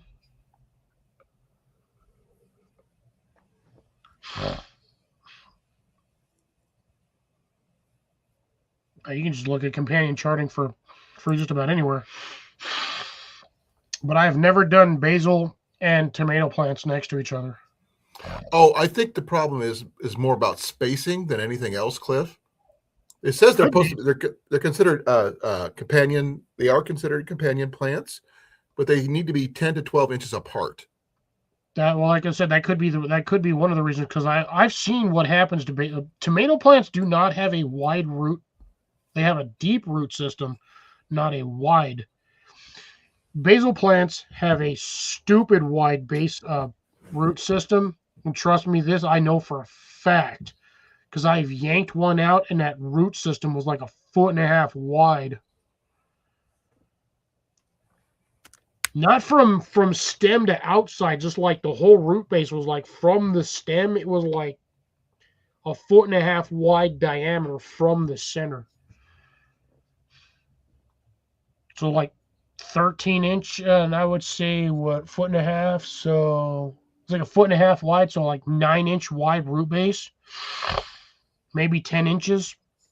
And again, that plant, one basil plant, I kid you not, that thing was 4 feet high and like 4 feet wide. I have since learned that if you really want a big basil plant, plant that bastard straight up in the ground. I would just leave the tomato in the planter it's already in. If you disturb it too much, there's a possibility of the plant just kicking the bucket. It's good to shift them. Actually, no. If you take, so okay, let me course correct. If you take out the entire pot and not just pull the plant out of the soil, if you take the whole planter, plant it like soil and all, and put it in a larger pot, you should be fine. It'll give your tomato plant more room to grow.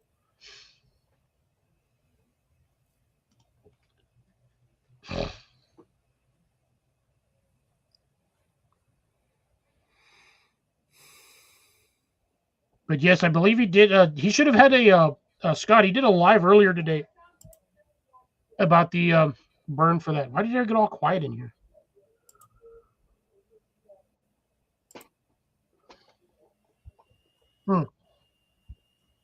I'm here. I'm just. No, daughter's home. I just realized what time it was. Like I said, again, I have never planted basil and tomatoes together.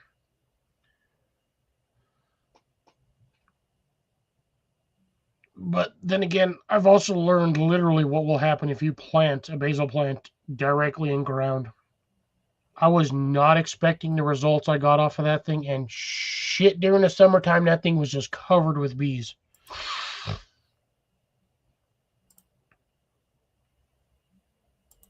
So I think if I want bees, I'm going to have to do a mix of lavender and basil, do the oils, and seeing if I can't.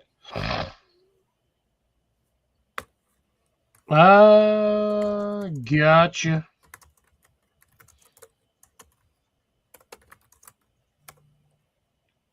Hope it was a good supper. Yeah, what's a good companion plant for a tomato? I almost want to say beans.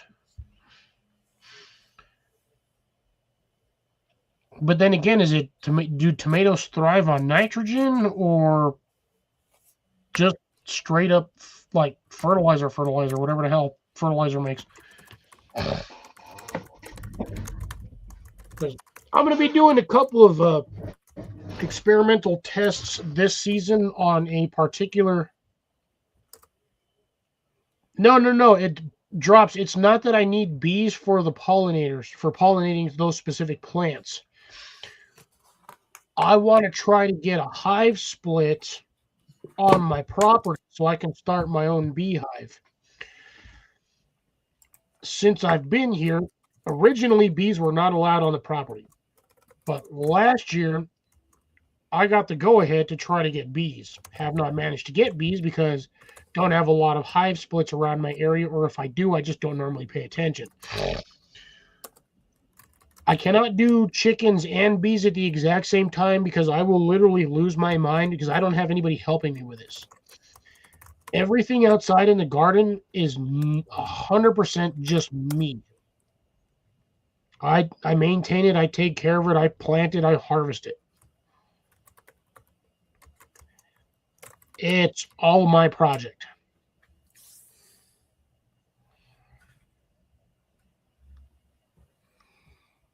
I agree with you there, Scott. Just remind him you have a large property and you know how to dig a hole. Oh, no, I understand that, man. And again, we've discussed this before. If I win the lottery, you're coming over here. You didn't win that $1 billion that the lottery was going a while back. Never played it. Dude, I don't really pay attention to the lottery numbers anymore. It's just because 90% of the time I know I'm not going to win no matter what I do. Yeah, I've been only playing certain for 2 decades, 2.5, 2 decades, and I have the most amount I've won on the lottery is $3. the last time I played, I won nothing, but the one before that, I won $14 on the Powerball.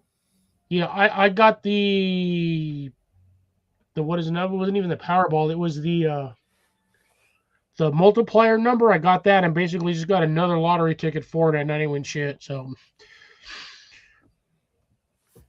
yeah, but if I would have won, you would definitely had your 10 acres plus there, Cliff. honestly, if I won the lottery, I probably wouldn't just stop at 10 acres. That's why I said 10 acres plus. Yeah, I think if I had the amount of money from the lottery win, I'd probably do at least 100. Hopefully with some actual streams going through your property, not just open I could make ground. my own shit. Just dig a hole, fucking let that bitch fill with water. Oh, make your own pond, that kind of thing. Yep, I'll do the exact same thing that Steven did. Sorry, fuck, I forgot his name, but his name was Steven. Jesus Christ, I'm not even that drunk and I can't remember his damn name.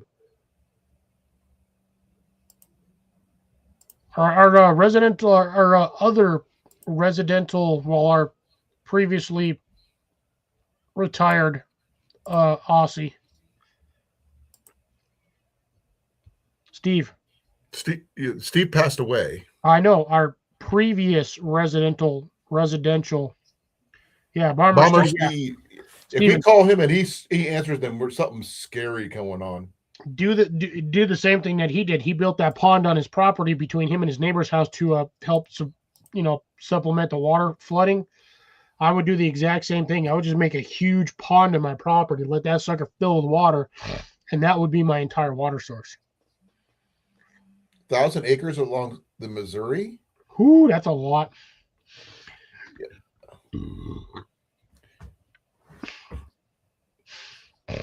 Well, I can see that. Would you stay in South Dakota is the question, because the Missouri is a long river. I heard somewhere today that the Missouri is actually longer than the Mississippi. It's not as wide. It might be longer and narrow, but there's going to be some spots where it's super narrow, but you're not going to get anything as wide. The Mississippi is wide as heck. Oh, yeah. It used to be. Yeah.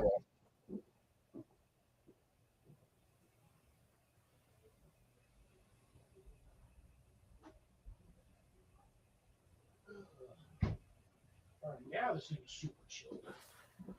Oh, yeah. I'm going to enjoy a nice day tomorrow. We'll see how long I go, because I reset in 14 days.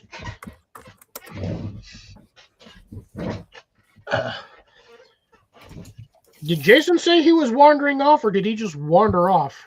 He I think he had his daughter came home or something. Well, yeah, but that's usually 5-6 minutes, and then they... Unless it's a family thing. Who knows?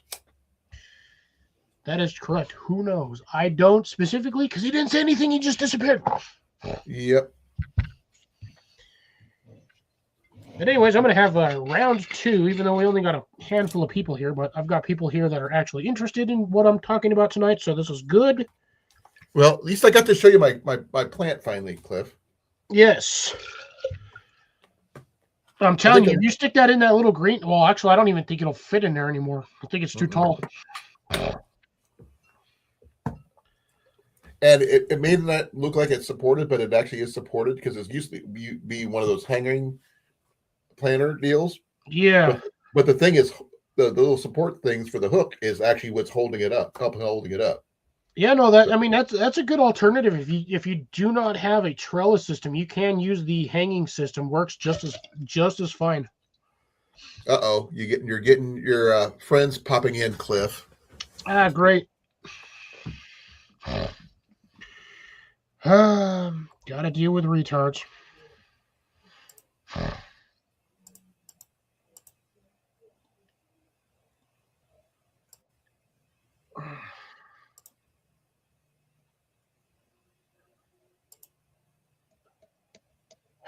Don't bother banning them. Just remove them or put them in timeout. It's easier. Yeah, I'll have a threesome with your mom and your sister. Oops. What? Not their mom and their grandmother? Nah. Yeah, I know you're special. Special ed. Get out of my chat. The Duke can suck it. Dealing with these shitheads. Yeah, a moment of silence for my meat going in your mom.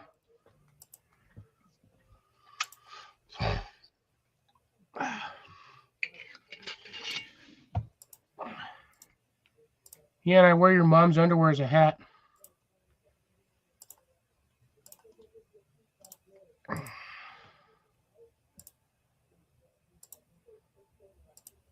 I'm just throwing them all in timeout. Fuck banning them. Banning them's a waste of time.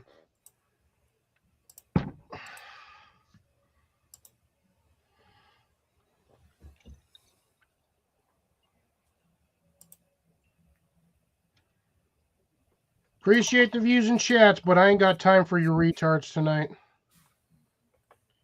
Yeah, get out of here, skank.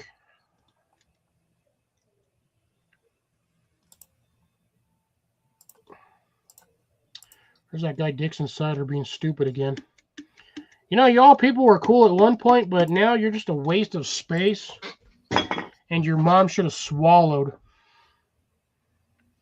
So there's that for y'all.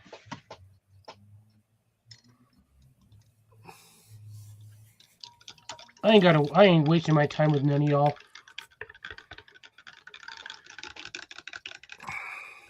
I got better things to do.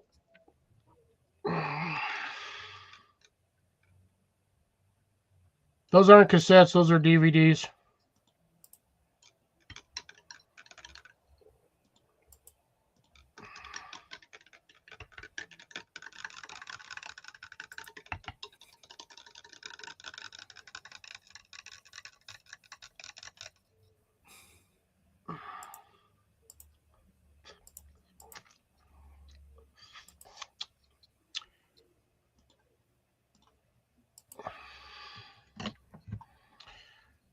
Well, I guess we're dealing with these retards tonight.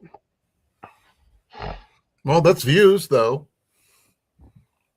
That's a big thing. We're talking about gardening.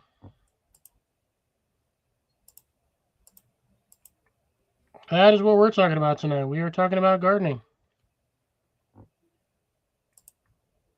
Yep, got one races on Harbor Freight, and we're fixing all the problems.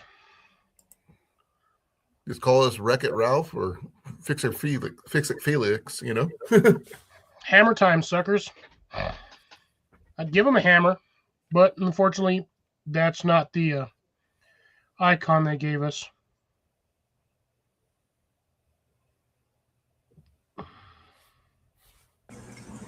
Hello, I'm back. No, Erica Ann, most of those are not support. They're coming to try to troll me, and I just don't have the time or patience to deal with that.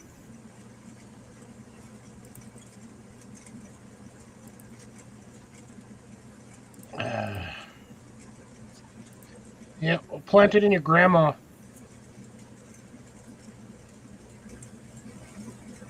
Yeah, welcome back. You just missed all the fun, Jason. We had a slew of trolls popping in. The only one so far that doesn't seem to be a troll is Erica Ann. But I think Grace just got her. No, she's the only one that hasn't come in with anything troll-like. It's what they do on the internet. It doesn't matter whether or not they know you. They will come in and they will just start spewing the most random crap on chat. That's when you know there are trolls. Because they don't sit here and actually watch and interact and actually add to the conversation. They just have nothing better to do with their lives than to come on here and be a nuisance.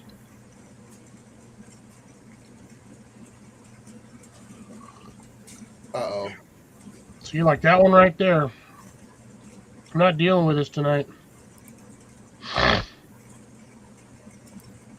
So, as of right now, Erica Ann, you are the only one that has come in here and actually contributed to some asking questions of what we're doing. Having an intelligent conversation with everybody. Yes. IQ higher than that of a dinner plate. And I appreciate that.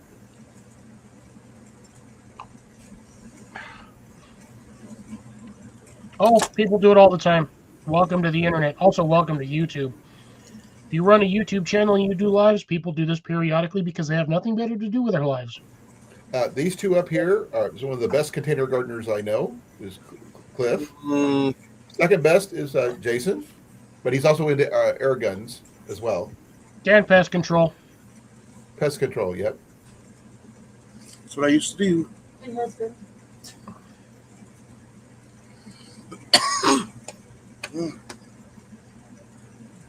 And Molly says husband.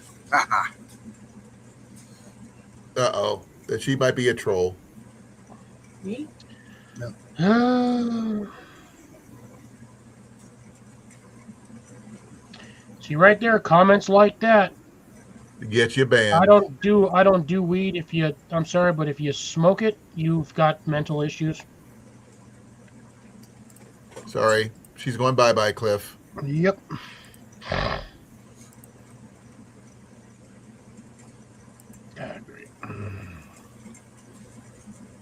There they go again. Yeah, like I said, I've got no time or patience for you retards tonight, so unless y'all are going to come on here and actually contribute to the conversation, you can leave the same way you came in. Feet first, if you're not careful. Now, most of these turds, I'm pretty sure, were C-sections. Can't get rid of that one.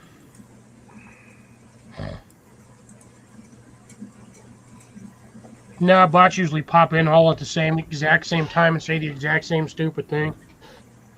Mostly just sexual stuff. So. There we go. Couldn't get rid of his comment. Took me a second. Appreciate the views and all, but yeah, if you're not going to be a productive member. Oh, there you go. Someone actually asked a tomato question.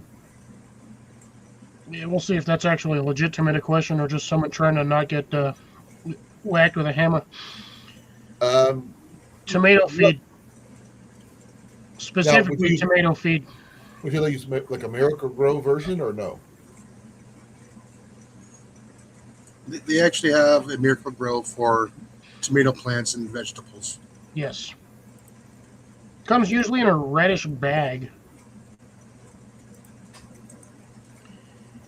Yeah, what kind of oregano are you growing? Because if it's the devil's lettuce oregano, I'm not wasting my on that. We'll wait and see.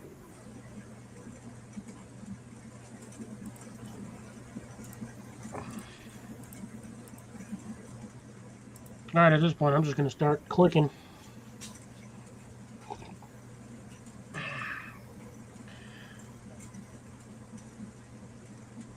The general? Use the general what? Basic information helps here. If you're going to give us limited... Like a generic fertilizer? Oh, because I didn't put anything on my tomato plant, and it works. It's been growing pretty good. Oh, basic oregano, starting peppermint next. Okay, so actually has something... It's a legitimate question. Somebody here actually contributing to the conversation tonight, not trying to troll me. We'll see how that goes later. Peppermint, just add water. You really don't have to do anything to it. Just give it water every week, depending on your area. And that stuff will just take off. I do not recommend planting peppermint in ground. Put it in a pot. It will get out of hand. Greek oregano, yeah, again, good amount of sunlight and minimal fertilizer. I would use like a liquid fertilizer here and there. Or compost. How did you cut back when you've been put out timeout? Because he keeps changing the names. Dixon Cider, look, here's the thing. If you're not going to contribute to tonight's conversation, you're just going to keep getting flagged. With the same exact name. Yeah, like I said, a good compost has been cooked per se, and kind of not too fine. A medium coarse, you can put a couple of handfuls around it, and that should be enough nutrients to carry you through most of the summertime.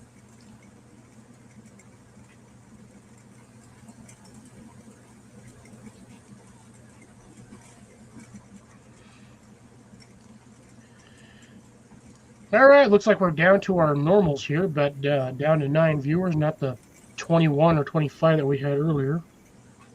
Okay, Gina's still here. She didn't say anything else. Hopefully. Well, she says she uses the general. Now, I'm not sure if that's general purpose fertilizer or if that's the insurance company. Yeah, stay away from 2100. Just don't use it. What exactly is that? Sulfate of ammonia. The sodium is so high in there, you can cook plants in an instant. I wouldn't know anything about that, so I wouldn't know. That shit's used for trees. Or no turf. Oh. Like I said, the sodium levels are so high in it, it's ridiculous. Well, like I said, Cliff, at least you got views.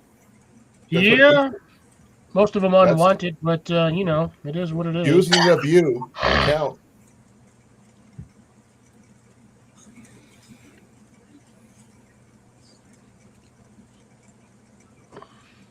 Yeah. Wish people actually had productive values of their time frames instead of sitting here trying to be stupid on the internet. But hey, you know what? Congratulations, internet. Yeah. They could also cheat by a couple of handfuls of the Miracle Grow potting soil, because that automatically has the urea coated fertilizer, which breaks down slowly over 6 months. So that's good stuff to have then. Yeah, but it's, you only want to use like a handful or two. All a handful, because you'd be surprised how much fertilizer I can grab by hands. Yeah, but no, I'm talking about in the Miracle. You got big hands though, Cliff. I got fairly decent hands. Amanda, I've grown corn in pots like 3 or 4 times now. Does not necessarily have to go in ground. Now, which kind of popcorn? Would you go like popcorn or regular corn? No, sweet corn. Yeah. I've done sweet corn majority of the time, and I've had better success, honestly, having them in planters than I have had them in ground. Well, it makes sense because you can control the pottings, the soil that they're in. You can control the amount more. You do better on irrigation, so you control how much water's in there, whether or not you decide to fertilize them. I know corn requires a lot of fertilizer too. At the same time, there's a lot of other conflicts that, help regulate whether or not it's going to work or not work. Yeah, corn is also nitrogen and iron hungry. Which is why you do the 3 sisters. Essentially, the squash has absolutely nothing to provide the plant other than shade. Yeah, keep the soil moist. Yeah. Keep it from and dry. supposedly keep bugs off the roots because they're not getting any sunlight. Bugs don't really like to do anything. But you get the nitrogen from the beans, which basically the squash and the corn absorb, and then you got basically the corn for somewhere to grow. Squash, again, usually likes to sprawl out. Sometimes you can get squash to grow up things. Oh, damn, went down to 3. That's all right. We went from 20 to 3. Got rid of all the trolls, which is perfect because, like I said, I don't have time to deal with those people. And trust me, you do not troll an AOL original. Sorry, I'm older than AOL. Yeah, don't mess with me. Squash and pumpkin, or pumpkin squash, or squash pumpkins. Pumpkin is a squash. It's a gourd. Yeah, a lot of them are gourds. Same with half the stuff I got over here. I got those stupid round ones, the like yellow ones that are all they get to like 3-4 inches, dry out, and then they're all crunchy. Eat. So you can use pumpkin squash or a squash pumpkin to keep chickens out? I haven't seen it. Well, he probably free ranges his chickens too. The chickens here are free range, and they walk around it, looking for bugs. I didn't know you free ranged your chickens. Yeah. That's why we put them away at night, and that's why I also have to have traps for them. Ah. Or cantaloupe. Okay. I gotta see if I can get. I gotta find my winter squash seeds and actually get my winter squash going again this year. I had good success with it last season. I had like 12 pounds of that stuff. I had like 6 of those damn things. They reached like 1.5 pounds, 2 pounds each. But good Lord, finding a trellis support system for freaking winter squash or acorn squash is a pain in the ass. What kind of trellis are you thinking? You got to do a metal one because wood one will not hold. I'm telling you. No. I mean, are you talking about like this design, like something goes out like that, or something? No, acorn squash is like pumpkin. That stuff will grow like 15, 20 feet, 30 feet long if you let it. Oh yeah. Well, because I've got the support that used to be under our awning for our landlord shortened it to separate it from the other house because the houses used to be connected via the awning, and he gave us the iron corner hold piece for the house. Yeah, the 45. That's usually what, about 8 feet long, 9 feet long. You know what the best trellis system I've ever found that works? Chain link fence. Yep. I'll be right back, gentlemen. I gotta go water a bush. Go for it.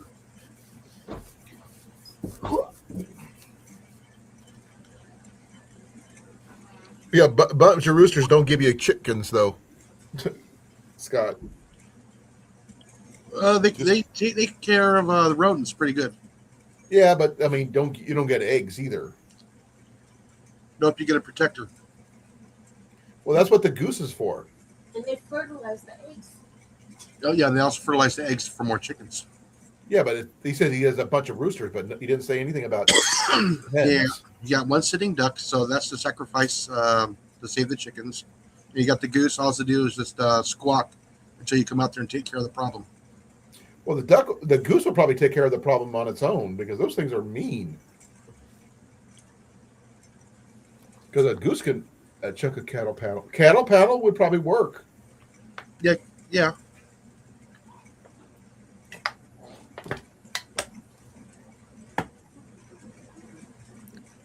Hands locked up. Okay. It is 64 degrees in here. My greenhouse is actually warmer than the inside of the house. Yeah, Is that good or bad, Cliff? Huh? Is that good or bad? Well, 8 to 7 to 9 chickens. I don't know why. During the wintertime, anything between like 60 and 65 degrees seems cold as hell. I don't know why. Whereas in the summertime, 65 degrees, half the time I'm sweating my brains out. I don't know why.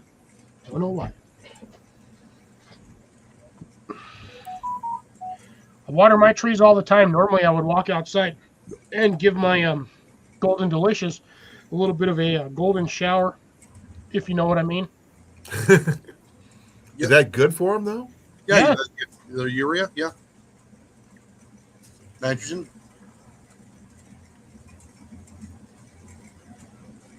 Yeah, that's a good amount of fertilizer. It's basically liquid fertilizer for them. Got to do it, what, I would say, what, every 2 to 3 weeks, Jason? I would say give them a good dosing of urea. Oh, yeah. I think that's why my apple tree still has freaking leaves on it. Let's see, it's been a while since I had a garden, but we're great, and now I only have 1 duck, 1 goose, and a bunch of roosters. Ooh, you gotta get rid of the roosters! You gotta send them to a freezer camp. You need, like, what is it, like 1 rooster for every, like, 8 or 10 hens?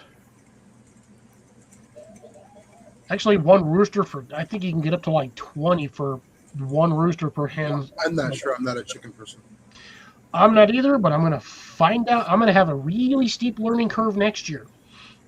Or, sorry, this year.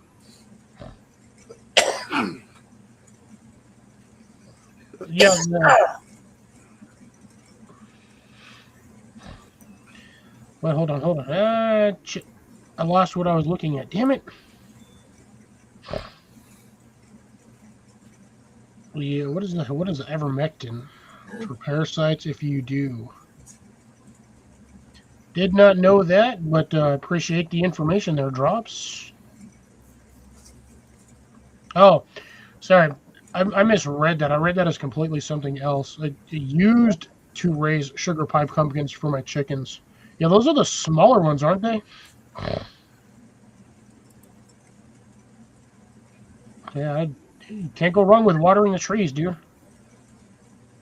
Ooh, that's perfect. Cattle panel for cucumbers? Yeah, they will climb the hell out of that thing. See? Now, Scott, how many chickens do you have?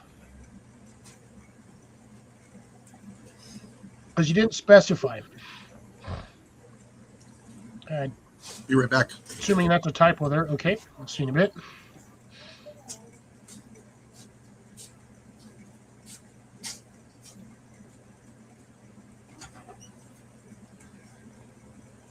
No, it's all good, brother. It's all good.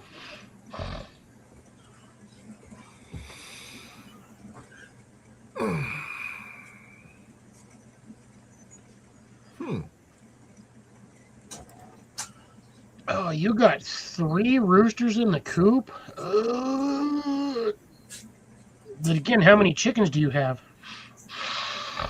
Ooh.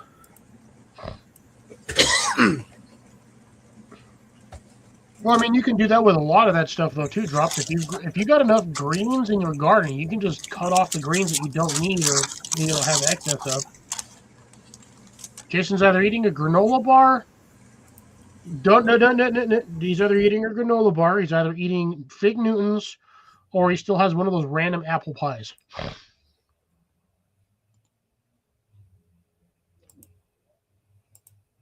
And he's hiding it. You don't know. I don't know what the hell I would do with 300 fucking chickens. Oh, sun-dried tomato and basil. Ooh, It's like crackers. No, those are Like wheat thins. Yeah. My favorite. Those are actually good ones. I've had those before. I kind of like graham crackers.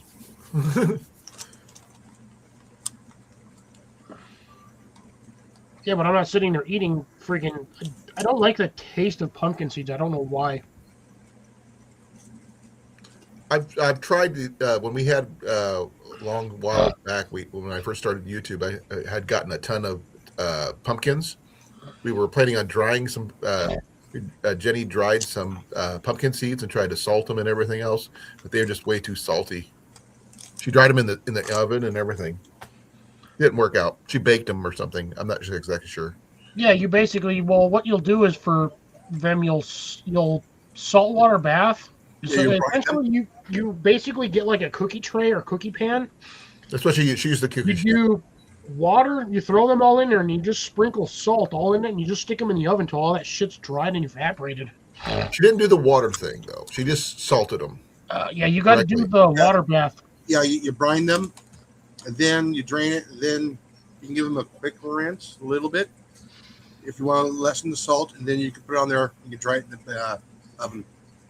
Oh, we never did that. We used to do roast pine nuts, and we would basically just salt. We would mix a big old thing of salt water, throw the pine nuts in with that mix, and then what we do is you would just lay them. You'd scoop them out, lay them in the pan, and then pour the water into it, and then you would just bake that pan in the oven with the pine nuts until that pan was dry.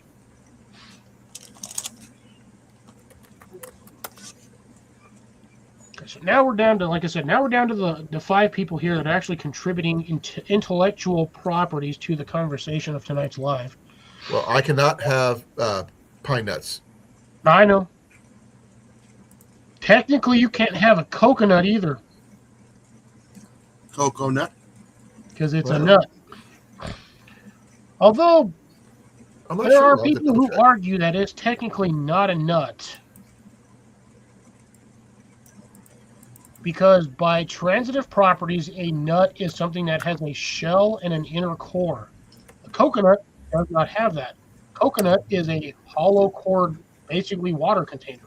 No, Yep. the water will turn solid inside there. So It's considered botanically a fruit, not a true nut. That doesn't make any sense to me. It doesn't either to me, but it is what it is. I don't really care for I've coconut, thought about to be fair, but that's okay. But I do like the fact that I do know that coconut water is the closest thing to true blood plasma there is, naturally. I like the taste of fresh coconut water. I actually like the taste of fresh coconut. That shredded crap you get in the store It's dried. No. tastes horrible. It's like eating freaking strips of cardboard.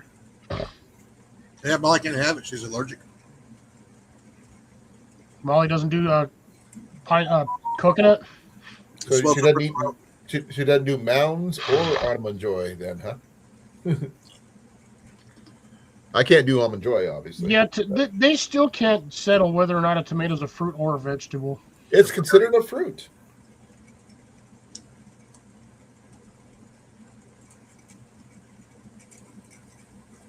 Yep. That sounds about right for an automated chicken farm. But they also got them in a warehouse that's what, like 80 feet wide by like 300 or 400 feet long. They're not. They're not healthy. They can't be. No, they're not. And they want to say they're free range, but they're not free range if they're inside of a freaking building all damn day long. If they don't get to see the sun, nope.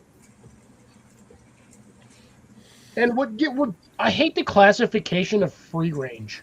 Like, if it was a true free range chicken, that'd be like what they have on Hawaii. Everything out there is a goddamn free range chicken. Like But South them Florida. chickens are, it's like eating freaking shoe leather. Like the ones in South Florida, and that one little island is just full of chickens. Yeah. It says it has to have significant year-round outdoor access to grassy areas to forage. That's what the basic USDA Yeah. free-range label. 8 square feet count. 108 square feet per bird. How much? You said 8 square feet or 800? This one says 108 square feet, according to the USDA Per chicken? per Uh-huh. chicken. Okay, that's got to be throughout the entire year. No, it just says that's what it says. True pasture-raised standards require outdoor spaces about that Pasture raised. size. Yeah. But the ones they say, free range chickens that you get from the store, no, it's misleading. Yeah, free range means access to the outdoors, but this can be a tiny concrete pad, just a small door pop hole with no space or time guarantees. Yep. True free range means they spend they live outdoors out and engaging in natural activities as foraging, dust bathing, and scratching for food. Yes. Our chickens here is like 8-9 acres. And you got, what, about 12 chickens or so? I think there's 12. I can't have chickens where I'm at. Yeah, Grace, that is due to the pine borer beetle that has wiped out majority of the pine nut population. When I was younger, you could literally buy 5 pounds of pine nuts for like $10. At this point now, you can barely buy a pound of pine nuts for $10. Like even the vendors, I'm not going to say what vendors, but the vendors I see around the city that actually sell those buy like the quart Ziploc bags. Each one of those bags is usually anywhere between $5 to $10 per bag, which is absolutely ridiculous. And God forbid you get a bag of pine nuts from either goddamn Costco or Sam's Club. Because, holy Christ, those things are mad expensive. The 4 ounces of pine nuts from Walmart is $7.54. Yep. Yeah, for that, for when I was a kid, you used to be able to spend that and buy 5 pounds. Hy-Vee 5 has pounds of pine nuts is a lot of goddamn pine nuts. That's a lot. Hy-Vee has. Let's see, what is their price here? And yeah, $35 for a batch of pine nut cookies? Nope, there ain't no way in hell. For 2 ounces at Hy-Vee, $4.99. 2 ounces. For That's 2 like ounces. 30 pine nuts. No, they got it's a lot more than that, but No, that's Yeah. 2 ounces shelled or unshelled, because unshelled Shelled. maybe. shelled. No, that's like 30 pine nuts. Let me double check. Maybe I'm I going read to tell it. you right now, it's about 30 pine nuts. I'm looking at the picture. I'm not sure because I don't know what they taste like. I can't even tell you. I can't even touch them. So I'm looking at a picture. No, I'm just the drops.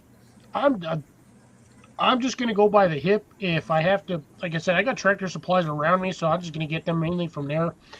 If anything goes truly south, I will just go down the street, like 2 houses over, and I'll just pester my neighbor. Did he offer you some eggs anyway? Oh no, I speak to him here and there briefly, every couple of months, but he's always busy. I'm always busy. But I've told him before, I'm like, look, I'm like right up the street. If you ever, need vegetable or produce, let me know. I'll see what I can do. Or we can do like a trade or whatnot, because he's the only guy in the entire area that I know that has chickens. Well, see, the problem is if you get the chickens from him, they're going to go back to his place because that's where they live.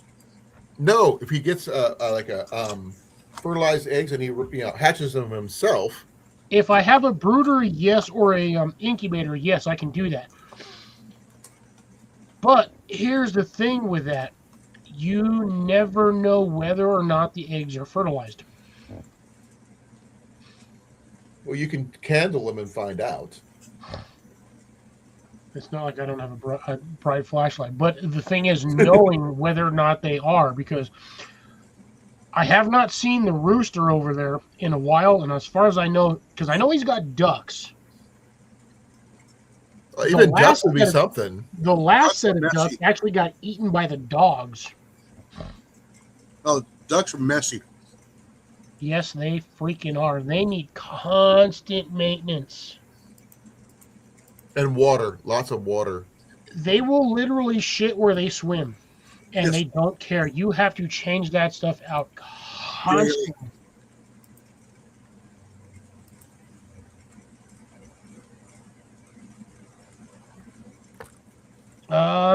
I just want basically layers. I don't need meat birds per se.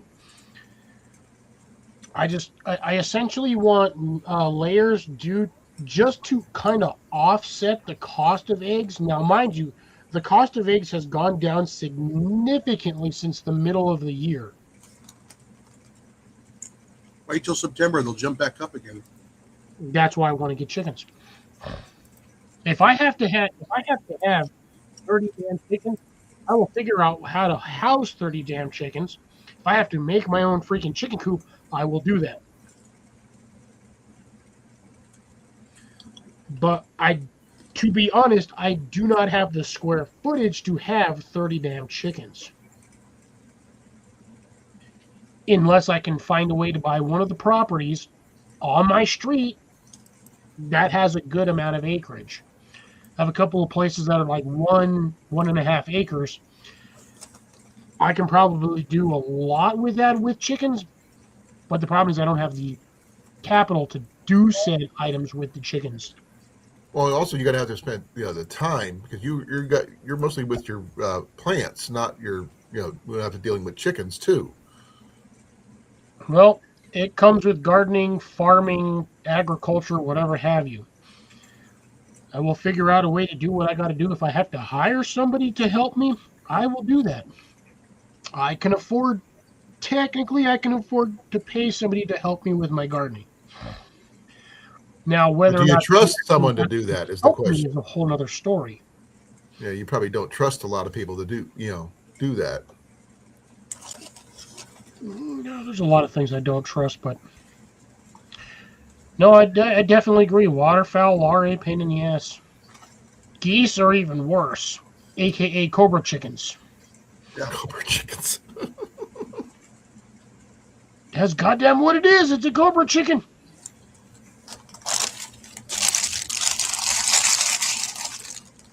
I don't think the Giants would do well down here. I think it's just too hot for them. And I guarantee you I cannot do silkies in my area. They will freaking roast in the summertime. I cannot do silkies in my location. I've already looked it up. They will fry. Silkies are more for colder time. Colin would actually have a better chance of raising silkies in his area than I would. Actually, it's not the best ones for here. No, but you would have a better success rate with silkies than I would. So cold. Australopes or something like that. Australopes or Australarps or whatever the hell, however you pronounce it. Yeah, those are the best ones for my area because they can handle both the heat and the cold. Yeah, same with my area, but I can't do silkies because it's basically a silkie is just a really fat, downy chicken.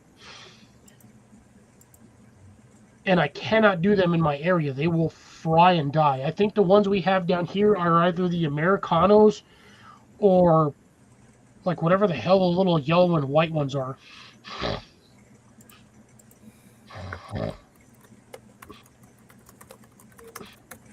Yeah. That's the problem with silkies is they got that the fuzzy feet. Basically the feathers go all the way down to like the claws. Oh, I've seen those. Those things look so funky. It's basically just a fuzzy ass chicken. And in certain areas you just can't have them. They get too dirty. Yeah, I don't know what kind of chickens we have here. I just know we got chickens.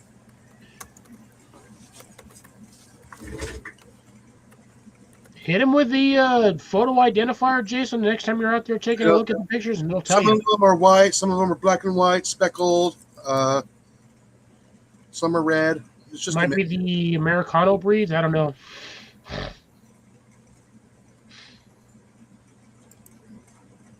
All I know is I see a raccoon or a predator. Yeah, they're gone. Really? Your chickens are white AF. Ugh. I would need the black Australorp for here. Yeah, no, we got the black ones that fly around. They said they prolific brown egg laying for about 250 to 300 plus annually per bird. So that's not bad. Scott, I freaking wish I could get a goddamn chicken for 20 cents. Yeah. I still have yet to get the ones from Tractor Supply because I know I'm going to get screwed on that, but that's the only other place I know to get chickens other than like a feed and ranch store, and I know those damn chickens are going to be expensive as hell. Internet. What kind of chickens do you have, Scott? Because I mean, he's up further north than I am. Oh, Leghorns are a-hole chickens. Those chickens are mean. That's why you carry a wooden spoon. Wooden spoon? Oh, yeah. When they attack you, you smack the shit out of them. Just whack right on the top of the head. Doesn't that kill them? No. You don't have to hit them that hard. Just enough to get Stuns them. the shit out of them. And they learn not to do it. And they learn not to attack you. Sorry. Yeah. Oh, he got all his chickens at TSC. Oh my god. See, that's the thing. My TSC does the chickens, but you have to get them 6 at a whack. No, my mom had a problem with a goose. It went after her, and she had a wooden spoon in her back pocket. Pull it out, whacked him right down to the ground, stunned him. Never did that again. Yeah, just right on the top of the head.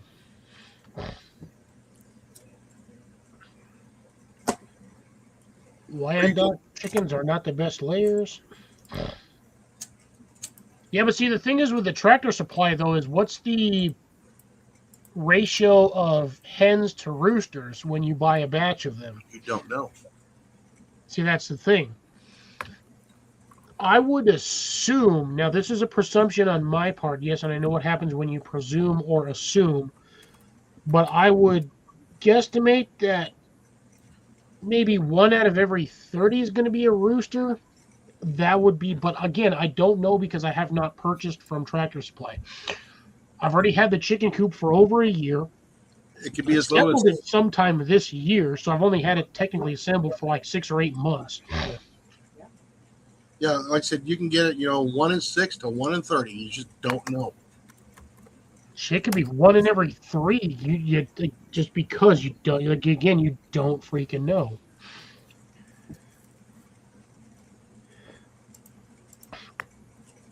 God damn, that's an 18-pound chicken. Shit, I would have sent his ass to freezer camp. Chicken or rooster, I wouldn't have cared. That shit would have been some good dark meat chicken. Oh, yeah. No, that would have been chicken noodles for me. Shit, you'd have eaten chicken noodles for half the damn year. Oh, that's why you freeze half of it. That way you save it for later. But I'm saying an 18-pound rooster, that's a big-ass rooster. That's damn near a turkey. Yes.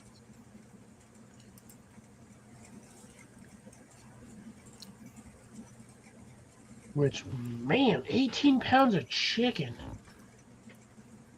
Man, you're still getting legs, wings, breasts, back straps, thighs.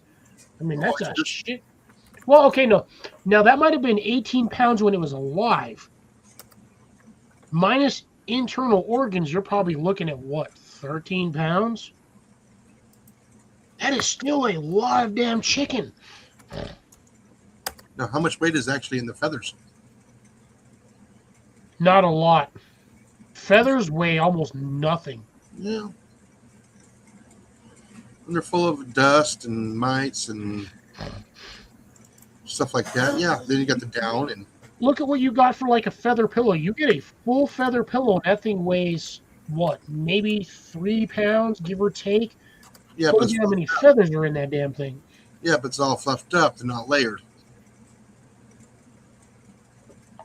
I think even on an 18-pound chicken, you're probably getting what at maximum. Now, mind you, this is not dried out. These are wet feathers. You're probably looking at maybe a pound, pound and a half at the maximum. Would be my rough estimated guess on fully plucked feathers. So you'd be looking at, what, enough feathers for one small camp pillow? Or fletching if you really want to go that route. I mean, I'd rather prefer goose over chicken, but chickens do. You can use chickens for feather's a feather. I mean, there will be people that'll disagree with me that a feather is not a feather, regardless of feathers being feathers. Which is reason why they use old-ass goose feathers for a lot of down blankets. But a feather's a damn feather. Yeah. Like, see, that one right there is not very big, but it still works for what I need it for. Yeah. And that, surprisingly, is what is considered a shield-style fletching. Yep. It's my preference. I actually prefer that style over the parabolic, which is the sloping ones. God damn, 26, that's a big-ass rooster. That is a big-ass, that's literally like a small-ass turkey. That's a velociraptor. The thing on that one, Also known as a speed chicken. Because what the name of it, Velociraptor, Latin term, velocity, speed, raptor, bird. Majority of those are chickens. So you got literally a with the translation exception of of a a speed chicken. no, that would be an ostrich. No, that'd be a speed turkey. Speed turkey. What about emus? Turkey. Be right back. About emus? Same classification. It's a big bird. No. It's not big bird. Like he's not a big yellow bird, but just a big bird. Every feather is 3 feathers, right? How do you move? They're tail feathers.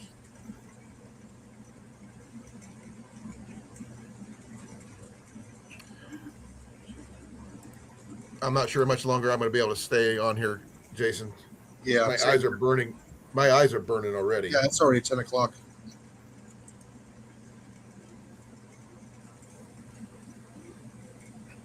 I just started yawning too, which is like, I'm out of caffeine. I drank my Propel. My eyes are starting to water. I will let you know that my new stove I just got though, Jason. Yeah. Didn't smoke like I would thought of around the edges and stuff. It drafted well and everything. So Oh, that's good. it's just that my fire making skills suck. Well, you gotta When it learn. comes You gotta learn it. It's a new. I mean, doing it in a stove is a much different than over a campfire. Yeah. It's a completely new skill set. But I got it going, and I used oak, and it worked. It had some major coals, and the fact that the fire actually burnt everything up. It went to ash completely. Oh, finally my flashlight charged. You bastard, get over here. Hey, Cliff, I'm Yeah. out of here. I can't keep my eyes open anymore. All Wish I right, could. you all be safe. Yeah. Have a good one. You All right. too. Be well. Bye, everybody. Bye. Probably won't go too much longer myself because I've only got like, technically I could swig this in one shot, but I'm going to stay up for a little bit until it's done. Might go for the 3-hour mark or maybe 2:45. We'll see. Ugh. Have not seen CR tonight. Also have not seen Lori, which is funny because she's like, I hope I'll see you on Saturday. And I was like, I told her where my live was and she hasn't popped in. So, Or Blake. or Blake. Yeah, Blake hasn't popped in. Rob was here for a couple of minutes, but he also felt like absolute death. So I give him on that one. But we had Amanda. Had Amanda was here, which was a shock. I would lose my shit if Johnny showed up, but hey, or Mallory, but I know those guys are busy. Down has very tiny quills and none at all. Down is fluffier than feathers, and feathers are pokey because they have quills. Yes, feathers are definitely pokey. You put your eye out. I'll have to see if I can do Golden Comets here, but like again, I'm most likely just going to get my stuff at Tractor Supply. I've got a couple of feed stores that I can check with to see if they sell chickens, but a lot of those places I know full well they're going to charge you an arm and a leg for chickens. But right now, for what I have for a chicken coop, because I could afford it at the time, can only house roughly 6 chickens. So, I mean, I've got limited. If I had more acreage to do this on, yes, I would get a bigger chicken coop. I would get myself a chicken, like I would make myself a chicken run. But I can only do what I can afford, or basically what I'm willing to spend.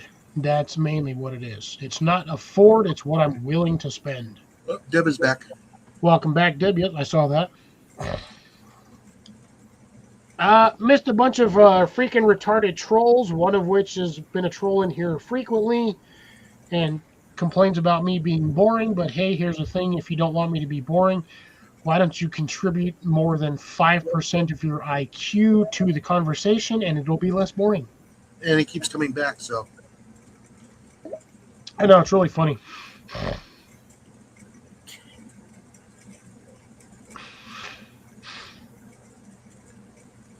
Those got to be the standard yellow ones. I mean, because like, I mean, I've watched a lot of channels over the years, Who get chickens, start off with chickens. Chicken math is a pain in the ass. You figure, oh, I'll start with 3 chickens. Not enough eggs. Next season, you're like 9 chickens. That's still not enough. Season after that, you're like 15 chickens. And throughout the season, you're like, this still isn't enough chickens. So by year 4, you're at like 30 or 40 chickens, and that's just on the cusp of where you think you'll be fine.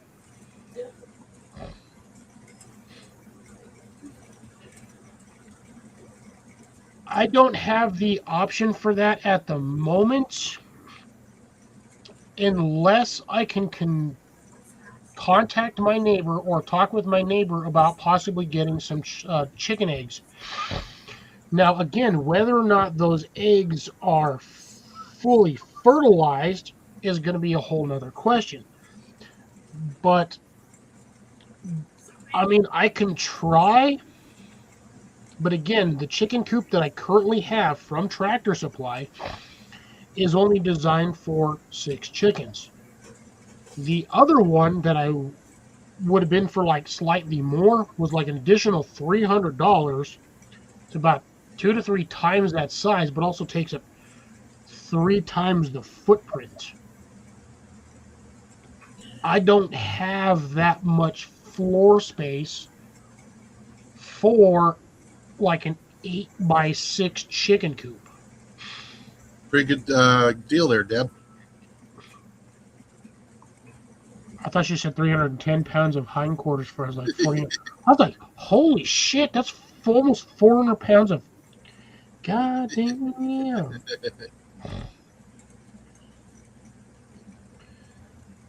Drops, I would assume that most chickens, if they grow up around you or you're with them all the time, they'll be calm, relaxed, and they won't have any issues with you. Same with bees.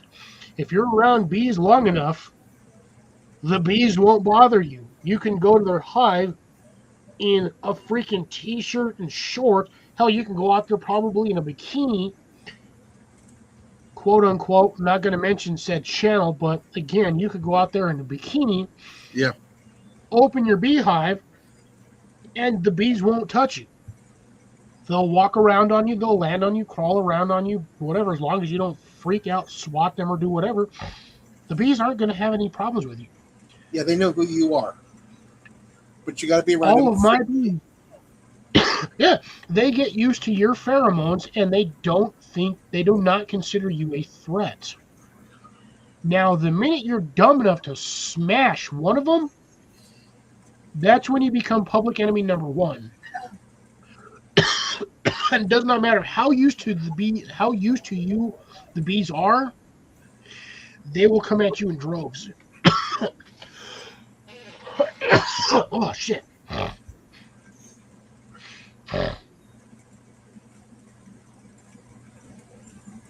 Oh, you've got an old granary? Oh, dude.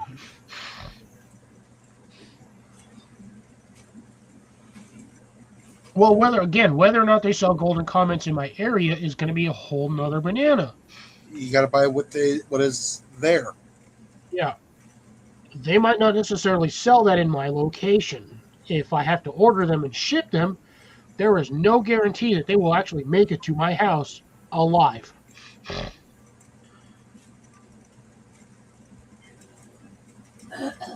And again, I have to have them in my area. Now, if that's what they sell at Tractor Supply, then yes, that's not going to be a problem. But if that is not the breed or species that they sell at Tractor Supply, I'm just going to have to make do with what they have. Like, Drops, you're not listening to me. What they have in your area is not necessarily what they have in my area. I have what I have. You have what you have. I have to go with what's in my area that is available and provided. I do not know what species they are. I've checked the Tractor Supply even when they've had them listed. They do not tell you what species they're. It's just a fucking chicken.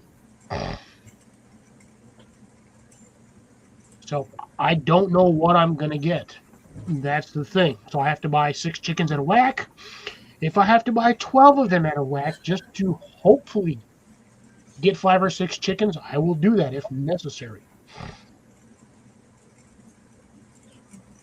There was a lot of work I got to get done. I've got to get a feeder. I've got to get a heater. I've got to get a pen for them so they don't wander off. Waterer, stuff like that. Water, yeah, waterer. I got to do that stuff. There's a lot of stuff I have to get that I know I have to get for chickens. So I've got at least probably minimum of $300 worth of stuff that I have to acquire just for the chickens. I've already been informed not to use a hay bed liner for the little chicks because it kind of messes with them. So I got to figure out a soft mulch that I can use for them. Now, we used to use the fine pine shavings. I would almost think When I was growing the up. easiest thing for me to use would just be a bag or two of the pellets for a fire stove. Because they're round, they're soft, they absorb liquids. Pine chips would work too. Yeah, like the ones you use for your hamster bedding, stuff like that. Yes. God, I'd have to have a huge ass bag of that shit. Yeah, no, they sell it by the bale. And it's all compressed. I'll have to check Tractor Supply. This is the only place I know that would actually sell that because they don't sell pine shavings at like Home Depot and Lowe's. No. Well, some of them actually do not because they provide stuff like Tractor Supply now at certain rural locations.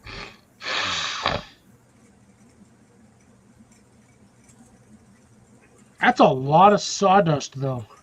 I mean, that is a shitload of sawdust. Now, I'm assuming if you did that, Drops, you were in an area that was close to like a lumber mill, and you were just basically getting that stuff for free or by sale. Yeah, see, that's the thing, though, Deb. I don't have a lot of freezer room. I don't have a well freezer. So I kind of have to make do with what I have, and I sort of have to... I'm basically going to be adapting on the fly for a lot of this. No. Minimum $300 worth of supplies just to get chickens. The infrastructure. Yeah, because I still have to buy, like I said, I've got to buy the heater, which technically I already have one. I can just use the infrared heater that I have. So that's one more thing I have to buy, but I still need a feeder. I need a waterer. Easiest thing for me to do is probably just get like one of those small kiddie pools and just throw everything in there and just set all the chickens in that spot. I think they would be fine and just say like a 4-foot kiddie pool because I can throw that inside my shade house right here. And I think they'd be fine through, the nighttime. Don't think I'd have to worry about any predators trying to get to them, but worst case scenario, I can buy like a 4x4 dog cage and set it on top of them so nothing gets in there. Yeah, you can also use like a expanded steel or chicken wire over the top of it, over one of your planters, your metal planters. I don't have a metal one that's actually free for use right now. Yeah, that's what yeah. But yeah, I would probably do, just for a weight value, I would most likely do expanded metal because chicken wire is going to be too easy to pull off. All you got to do is expanded metal, and I can just throw a cinder block on that damn thing to hold the light in place. Yeah. No, yeah, trust me, it's going to be an interesting thing to see, Drops. I will try to document as much as physically possible when I do this. But again, this will be the first time I've really had the opportunity to expand past actually growing just plants. Now you can also use the steel mesh and some pallets and actually make a chicken brooder coop. Oh, could. Well, there's also you could do the chicken wire, and I've seen the method where people take like a a wire bale, like the big wooden ones that you would normally have for whatnot. I've got tons of places around by where I work. I could probably go over there and just pick one up, and they'll probably just give it to me. But you know which ones I'm talking about? The like bale rolls. Yeah. You got the wood, basically the wooden core, then the two giant wooden, like 4.5 foot wide wooden planks on each side. Yeah. I've seen people, what they'll do is they'll drill a 3 or 4 inch hole in the top, run their lighting through there, and then they'll just staple chicken wire and make like a framework with Yeah. a door, and they'll cut like 3 or 4 slats out about halfway up, and they'll just turn that into like the heat section for the chickens, but then they'll line the entire foot pattern of the wire roll with lightweight or like shavings, and then the chickens have that place to run around. But when like at nighttime, they have that like comfort zone to sit in under the heat lamp. Yeah. And when they want to cool off, they can get away from the heat. Drops, I'm listening to you. Trust me. You need to understand and listen to me. What I have in my area is what I'm going to have in my area. I do not have the option of having 15-acre property on a big-ass church to fucking grow this shit. I'm on 1/3 of an acre. 90% of this shit's already been taken up. I only have so much floor space.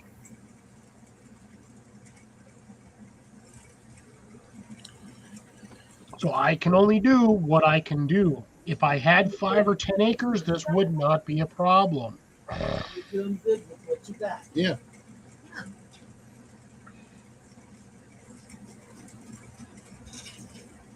Isn't wire mesh the same fucking thing as chicken wire? No, It's a little bit different. it's the size of the hole. You know, like your sifter. You can buy a roll of Yeah. that. I've got a roll of that shit. Yeah, there you go. But it's not like I can't just go to the store and just pick up a roll of that 1/4 inch fucking square shit for like 15, 20 bucks. Yeah, you know that and some of your pallets, you can make a nice little brooder pin. I have to do a square one, unfortunately. I kind of like the round method from the stuff, but I mean, I'll do with what I got to do. Yeah. I mean, for now, I think I'm just gonna go to Walmart. I was gonna buy one of like the small, like kiddie pools for like 8 or like 15 bucks. Yeah, those are pretty shallow. They can get up out of that.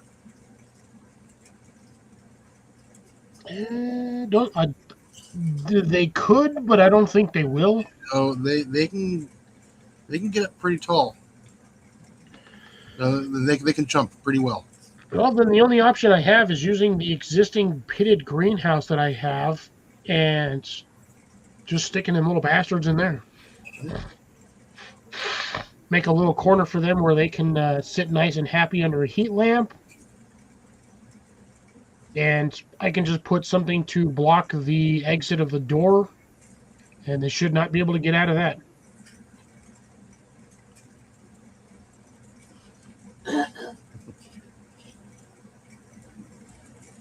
I wouldn't think that a small chicken would be able to jump that high. They can. How? They ain't got no wings. It's not like they can flutter. But no, they got, like I said, they got powerful legs to jump. So what's their maximum jumping distance? Probably about 18 inches. 18 inches as a chick, vertically? Mm-hmm. When they're about 8, 10 weeks old, they can jump pretty far. Well, 8 or 10 weeks, that's not really... Is it jumping or more like a fluttering? It's a flutter jump. Yeah, that's what I figured. Yeah, once they start growing their wings, they can get up there. All right, so I can actually bypass all of that. I can just end up throwing the stuff that I need in the pitted greenhouse, in my little greenhouse, my 6x6, and I can just put some expanded mesh or something across the door to keep them from actually getting out. Yeah. That's why you see a lot of them will do the like the tall cattle trough, and they still got to put a top on there. Those things are those things are 24 inches deep. Mm-hmm. Oh, that's insane. Learning all this information. Whether or not I remember it tomorrow is going to be a whole nother banana. It's amazing how much stuff I actually remember from when I was a kid. Now, see, I never grew up around chickens as a kid. Yeah. Because even the property where I'm at, originally, my neighbor, her dad, used to raise chickens on the property. But that was long before my time. So, as a kid, I never remember. We used to go over there all the time for like 4th of July, and we'd have like 4th of July fireworks parties over there. It'd be like us and me, my parents, my sister, the neighbors, like 15 other people. There'd be like 30 of us over there doing 4th of July and all that. But he never had chickens even when I was a kid, so that had to have been before my time. So basically, my current neighbor, that had to have been during like her teenage years or maybe her like early 20s. Who knows? Yeah, because I remember when we were growing up, we had them in the was it like that 90-gallon trough, and we would have to light on one side. We would have to find pine shavings, like for hamster bedding. Yeah. Okay, light would be on one side, and on the other side would be their water and food. Yeah, because you don't want them trying to get all of that all in the same area. Oh yeah, you don't want the water to overheat. Yeah.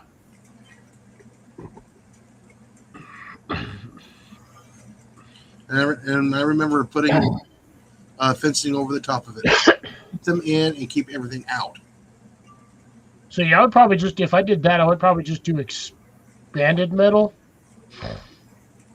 And then just like I said, just throw a cinder block on it. Ain't nothing going to get under that anyway.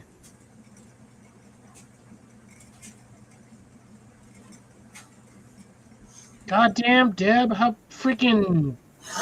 high are your quail jumping? Oh, they jump. And yes, When they start getting their wings, oh yeah. Again, it's going to be either absolutely hilarious or it's just going to be a disappointment for everybody once I start getting chickens. I figure I will learn just about damn near everything I need to know about chickens within the first season. And I feel like I would almost be an expert at that point. Maybe 2 years later, I would consider myself an expert. But for those of you who have grown chickens or have had chickens, what was your learning curve? Was it a couple of months? Was it 1 season, 2 seasons? It was about a season. I remember raising them when even when I was in high school, I raised them for fair. I've been around chickens for like 4-H, but I never had like any true value of like, somebody I knew has like 50 chickens. Now, when it comes to them getting sick and stuff like that, I wouldn't know how to take care of them. Stick them on an anthill. What to look for. Breathing problems, molting problems. Stuff like that. I wouldn't know. I would guesstimate if they have that much of an issue, just pop them and stick them in a hole. Oh, it's just. But they got antibiotics for them that you can put in their water and their feed. Yeah, but what would you put for antibiotics for chickens, though? It would be in their food and in their water. Well, understand that, but what kind of antibiotics would you put in there? That's the whole thing. That's the stuff I don't know. I never got that far into raising chickens. Gotcha. Another person to talk to was Whistle Stop Homestead. Was that Ed? Yeah. I mean, if I have to go for a learning curve, I would probably go with Silhouette Park Farms, because I know they've had chickens. Or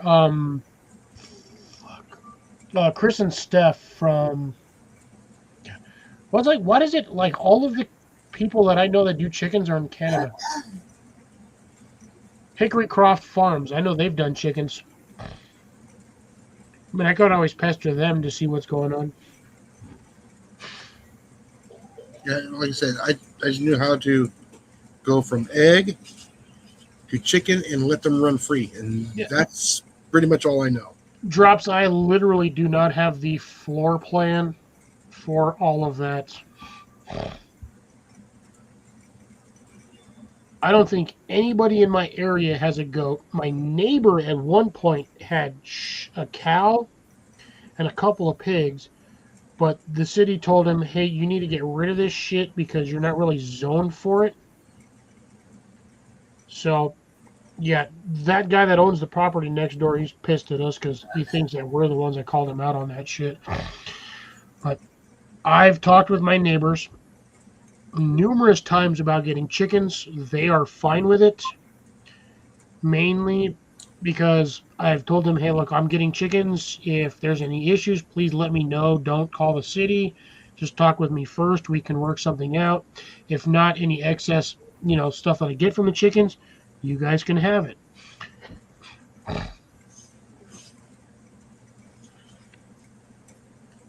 So, again, I've talked with my neighbors. I've even asked them about bees. I'm like, hey, look, if I get a beehive, is it going to be an issue with anybody?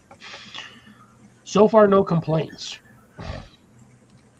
But again, we'll see what happens for this season. I don't know what's truly going to happen. It's mainly this season is basically going to be based on what my budget is or what I'm willing to spend on.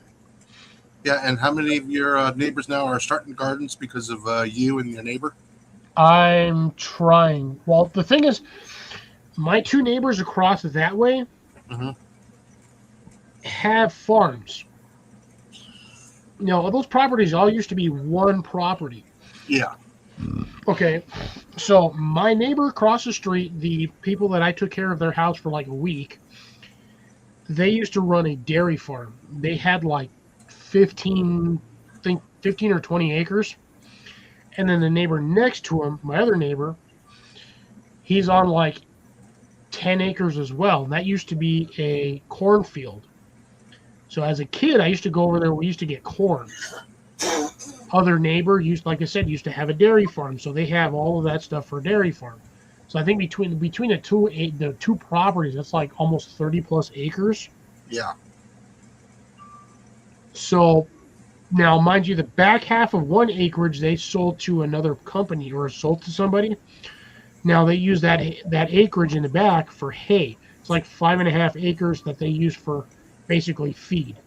So like hay feed. So they'll grow their hay back there. They'll go back there, harvest it, do whatever. There she is.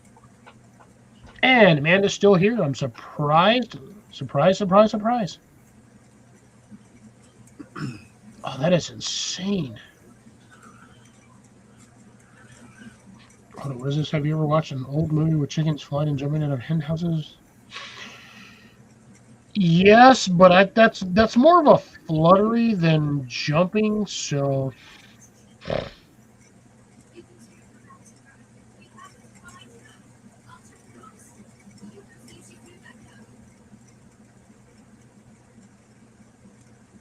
Drops is in Arkansas, I believe. Yeah. I'm out of drink. Still have not seen Blake tonight. He's gonna miss out.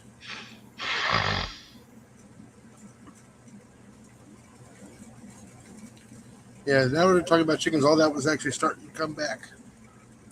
There you go. Well, again, Jason, you're around chickens majority of the time because your mom has chickens, right? Yeah, mother-in-law. Yeah. Well, mother-in-law, Oh, mom. and my mom also has chickens and Everything. ducks, geese, emus. Cobras. Emus. Wait, y'all have emus down there? No, my mom does it over in Arizona. Oh, in Arizona. Yeah. She's a crazy cat lady. All over. Yeah, and she also saves cats. She's one of those. Yeah. Gotta love her though. What was that, Molly? She's retired and she needs something to do. That's what she so- does. So she's a crazy cat lady. Yes. Yeah, kind of. I I warned my mom. Mom, be careful with the cats. don't know where I'll be as an old man. Honestly, I don't know if I'm going to be crazy cat, old man, dog man. Like, Yeah, you'd be a crazy cat man like Peter. the thing is, I'm not a cat person. I've had cats. I've also had dogs. I am not a cat person. I'm one cat around. I'm fine. You know, it's a Once it cat, leaves, Yeah. It doesn't stay all the but time. it's just when you get a bunch of cats around, feral cats, they start spraying everything, making a mess. That's when I get upset. I honestly think that when I start getting, 50s and 60s, or 60s plus, I'm going to be known as what's known as a plant daddy. Like, Are you okay? that's just where I feel like I'm going to be. No, I'm going to be out there with the wild birds, with the bird feeders, and get rid of the squirrels. You're going to be a bird watcher, but squirrel eliminator. Yeah. Well, I mean, that aspect of that nature is technically in your blood because that's what you did for years. Oh, yeah. I remember trapping and getting rid of rodents since I was like 5.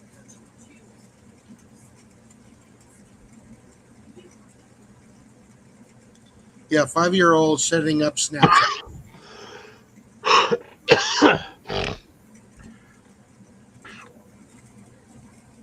Yeah, see, that's the thing, though, Deb. I don't know what I'm going to do. I mean, I've got permission for both chickens and bees. I just don't know what I'm going to do for each. I can only do one per season because I think if I do both of them, It's too much. my garden is going to suffer. Right now, I feel like I did last year. I feel this gardening season is going to be good for me. That might be an entire load of BS and a horse patty, or I mean, not even a horse patty, a freaking elephant patty to the face. So, like I said, you can learn a skill one or every 2 years. Learn a skill. I can do one or the other, and I feel it's going to be more beneficial to have chickens than it is going to be bees. Yeah. So, again, yeah, I'm probably just going to do chickens this year. Next year, I might do bees because I'll have a little bit more knowledge on what I'm doing for chickens. Because I know chickens are roughly, 6 to 8 months before they actually do something useful other than constantly eat all the damn food you give them. And again, that is still based on the fact of whether or not what I purchase makes it through to adulthood. So again, I might spend, ballpark couple $100 on chickens just to maybe get a handful of chickens that make it through to adulthood and start laying. It's a learning curve. That's why I say in a skill every 1 or 2 years. Everything's a learning curve. Although, to be honest, the current learning curve that I tested out, like I said, on the let's see if I can do this without knocking my plant over. On this thing, the learning curve on that one, not really much of a learning curve, more of a learning opportunity. But yeah, this method for me works really well.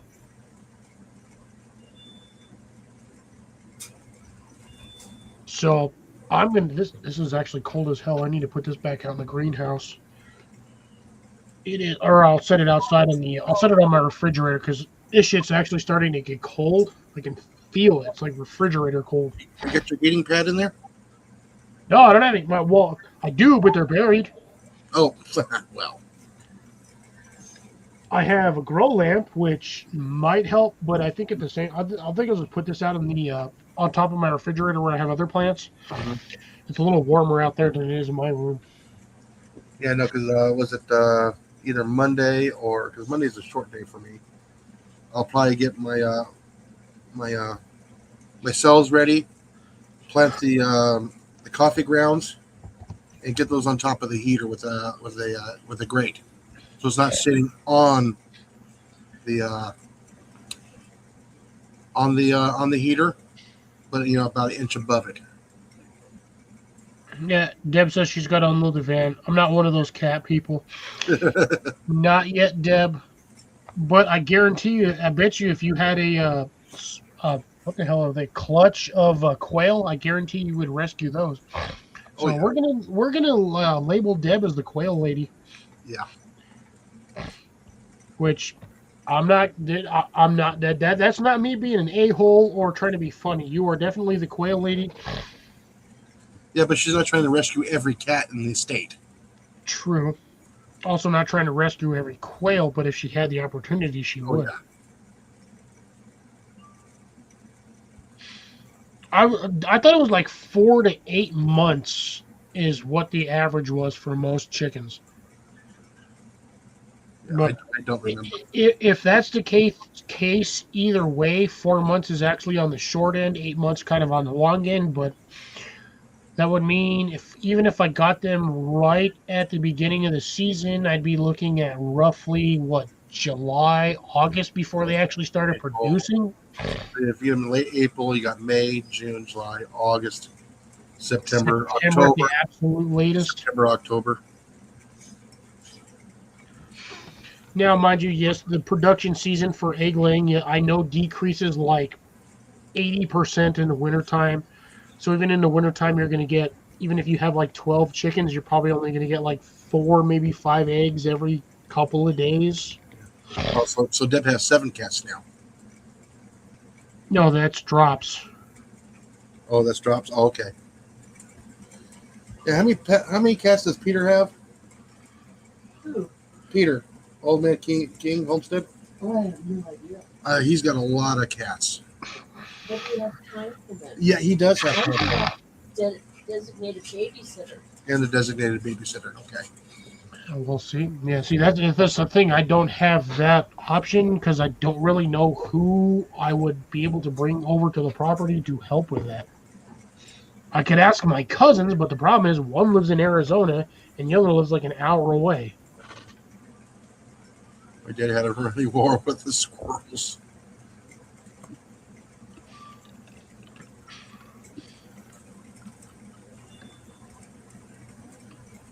All right, be safe, Deb. We're definitely going to end this here shortly. We're already going 3 hours and 10 minutes. Yeah. Pretty sure Jason and Molly are pretty much worn out for the day. So.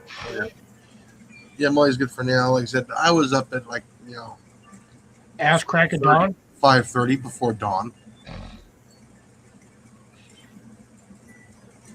Did we do laundry? Yeah, I was finishing up my jeans. 46 eggs a day is not that bad. And I was going to add all my other dirty clothes to it. Mhm.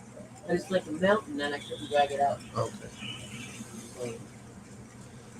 So Scott gets around 7 to 9 eggs with 10 to 12 chickens. Drops is over here saying that if I get the golden comets, I will get roughly 4 to 6 eggs a day. I mean, again, that's still not that bad. No, that's really good. So you're getting roughly 2 dozen eggs every week or so, if not more. Hey, that's enough there for 2 egg omelet for a person 4 days a week. Oh yeah. And the thing is, well, you're I think, what is it, maximum you're going to get about 3 solid years of them laying decent eggs, and then after that they kind of peter off, and you got to switch out stock. Hey, there's Wolves Den. Wolves Den, you have the worst timing possible tonight, my friends. I appreciate you showing up, but we're pretty much about to end this. I'm at 3 hours. I'll go another couple of minutes. But aside from that, you showed up kind of right at the end, brother. Yeah. I'm guessing that you most likely just got off of work. Yeah. Which would be, again, it sucks, but at least you got something going. Yeah. Yeah, so Drops is saying 3rd year is freezer camp. Yeah. I would say maybe 4th year, but it is what it is. Just because I gotta get the most amount of what I purchase. Again, if I can find a way to get like 10 to 20, again, solid, I would love 20 acres, but that might necessarily be in my budget. Yeah, like I said, chickens are pets until the 4th year. It becomes food. Yeah. Our chicken wouldn't even be a pet until then. It's an acquaintance or like a coworker that you kind of get along with, but wish the boss would fire. Yeah, until he starts naming them. Yeah, yeah, that's gonna be breasts, thighs, legs, and wings. That's what I'm gonna name my chickens. Fajitas, soup, Right? frijoles, that was frijoles because it lays a lot of eggs. I will do that. If I get chickens with some funny ass traits, I will name them hilariously just for everybody on here. As dishes. Now, the only problem is I got to find a place where I can take them once I get them to get them processed. You'll learn. It's pricey. Pricey is, but or I can do it myself, which means I'm going to have to buy a chicken cleaner, defeather, or whatever the hell you want to have it. And You get your hands. yeah, I've got a bit of work ahead of me for the next year or 2 or 3. Yeah. But all right, folks. So I do want to thank everybody for stopping by. Jason, Colin, Molly, Grace, Wolf's Den, Scott. We had drops as well. Wolf's Den. Wolf's Den, yep, got him. Cecilia. Who else popped in? All my useless ass trolls that decided to be in here and be a bunch of wastes of societal space. Thank you for joining. And Amanda. Amanda's still here. Woohoo! Thank you, Amanda. It's been a while. I miss you. But yeah, so I appreciate everybody for stopping by. Thank you for joining me. Don't forget to hit that like, share, and subscribe on the way out if you haven't. And if you can, share this out with friends, family, and like-minded folks. Let them know that I do container gardening in the desert. And if they have any information or, any questions, comments, or concerns, let me know in the comment section. Be well, be safe, folks. This is going to be Fox at Outdoors signing off. And this guy right here. Get out there and slap a rat. Y'all have a wonderful weekend, and I will catch you all on Wednesday.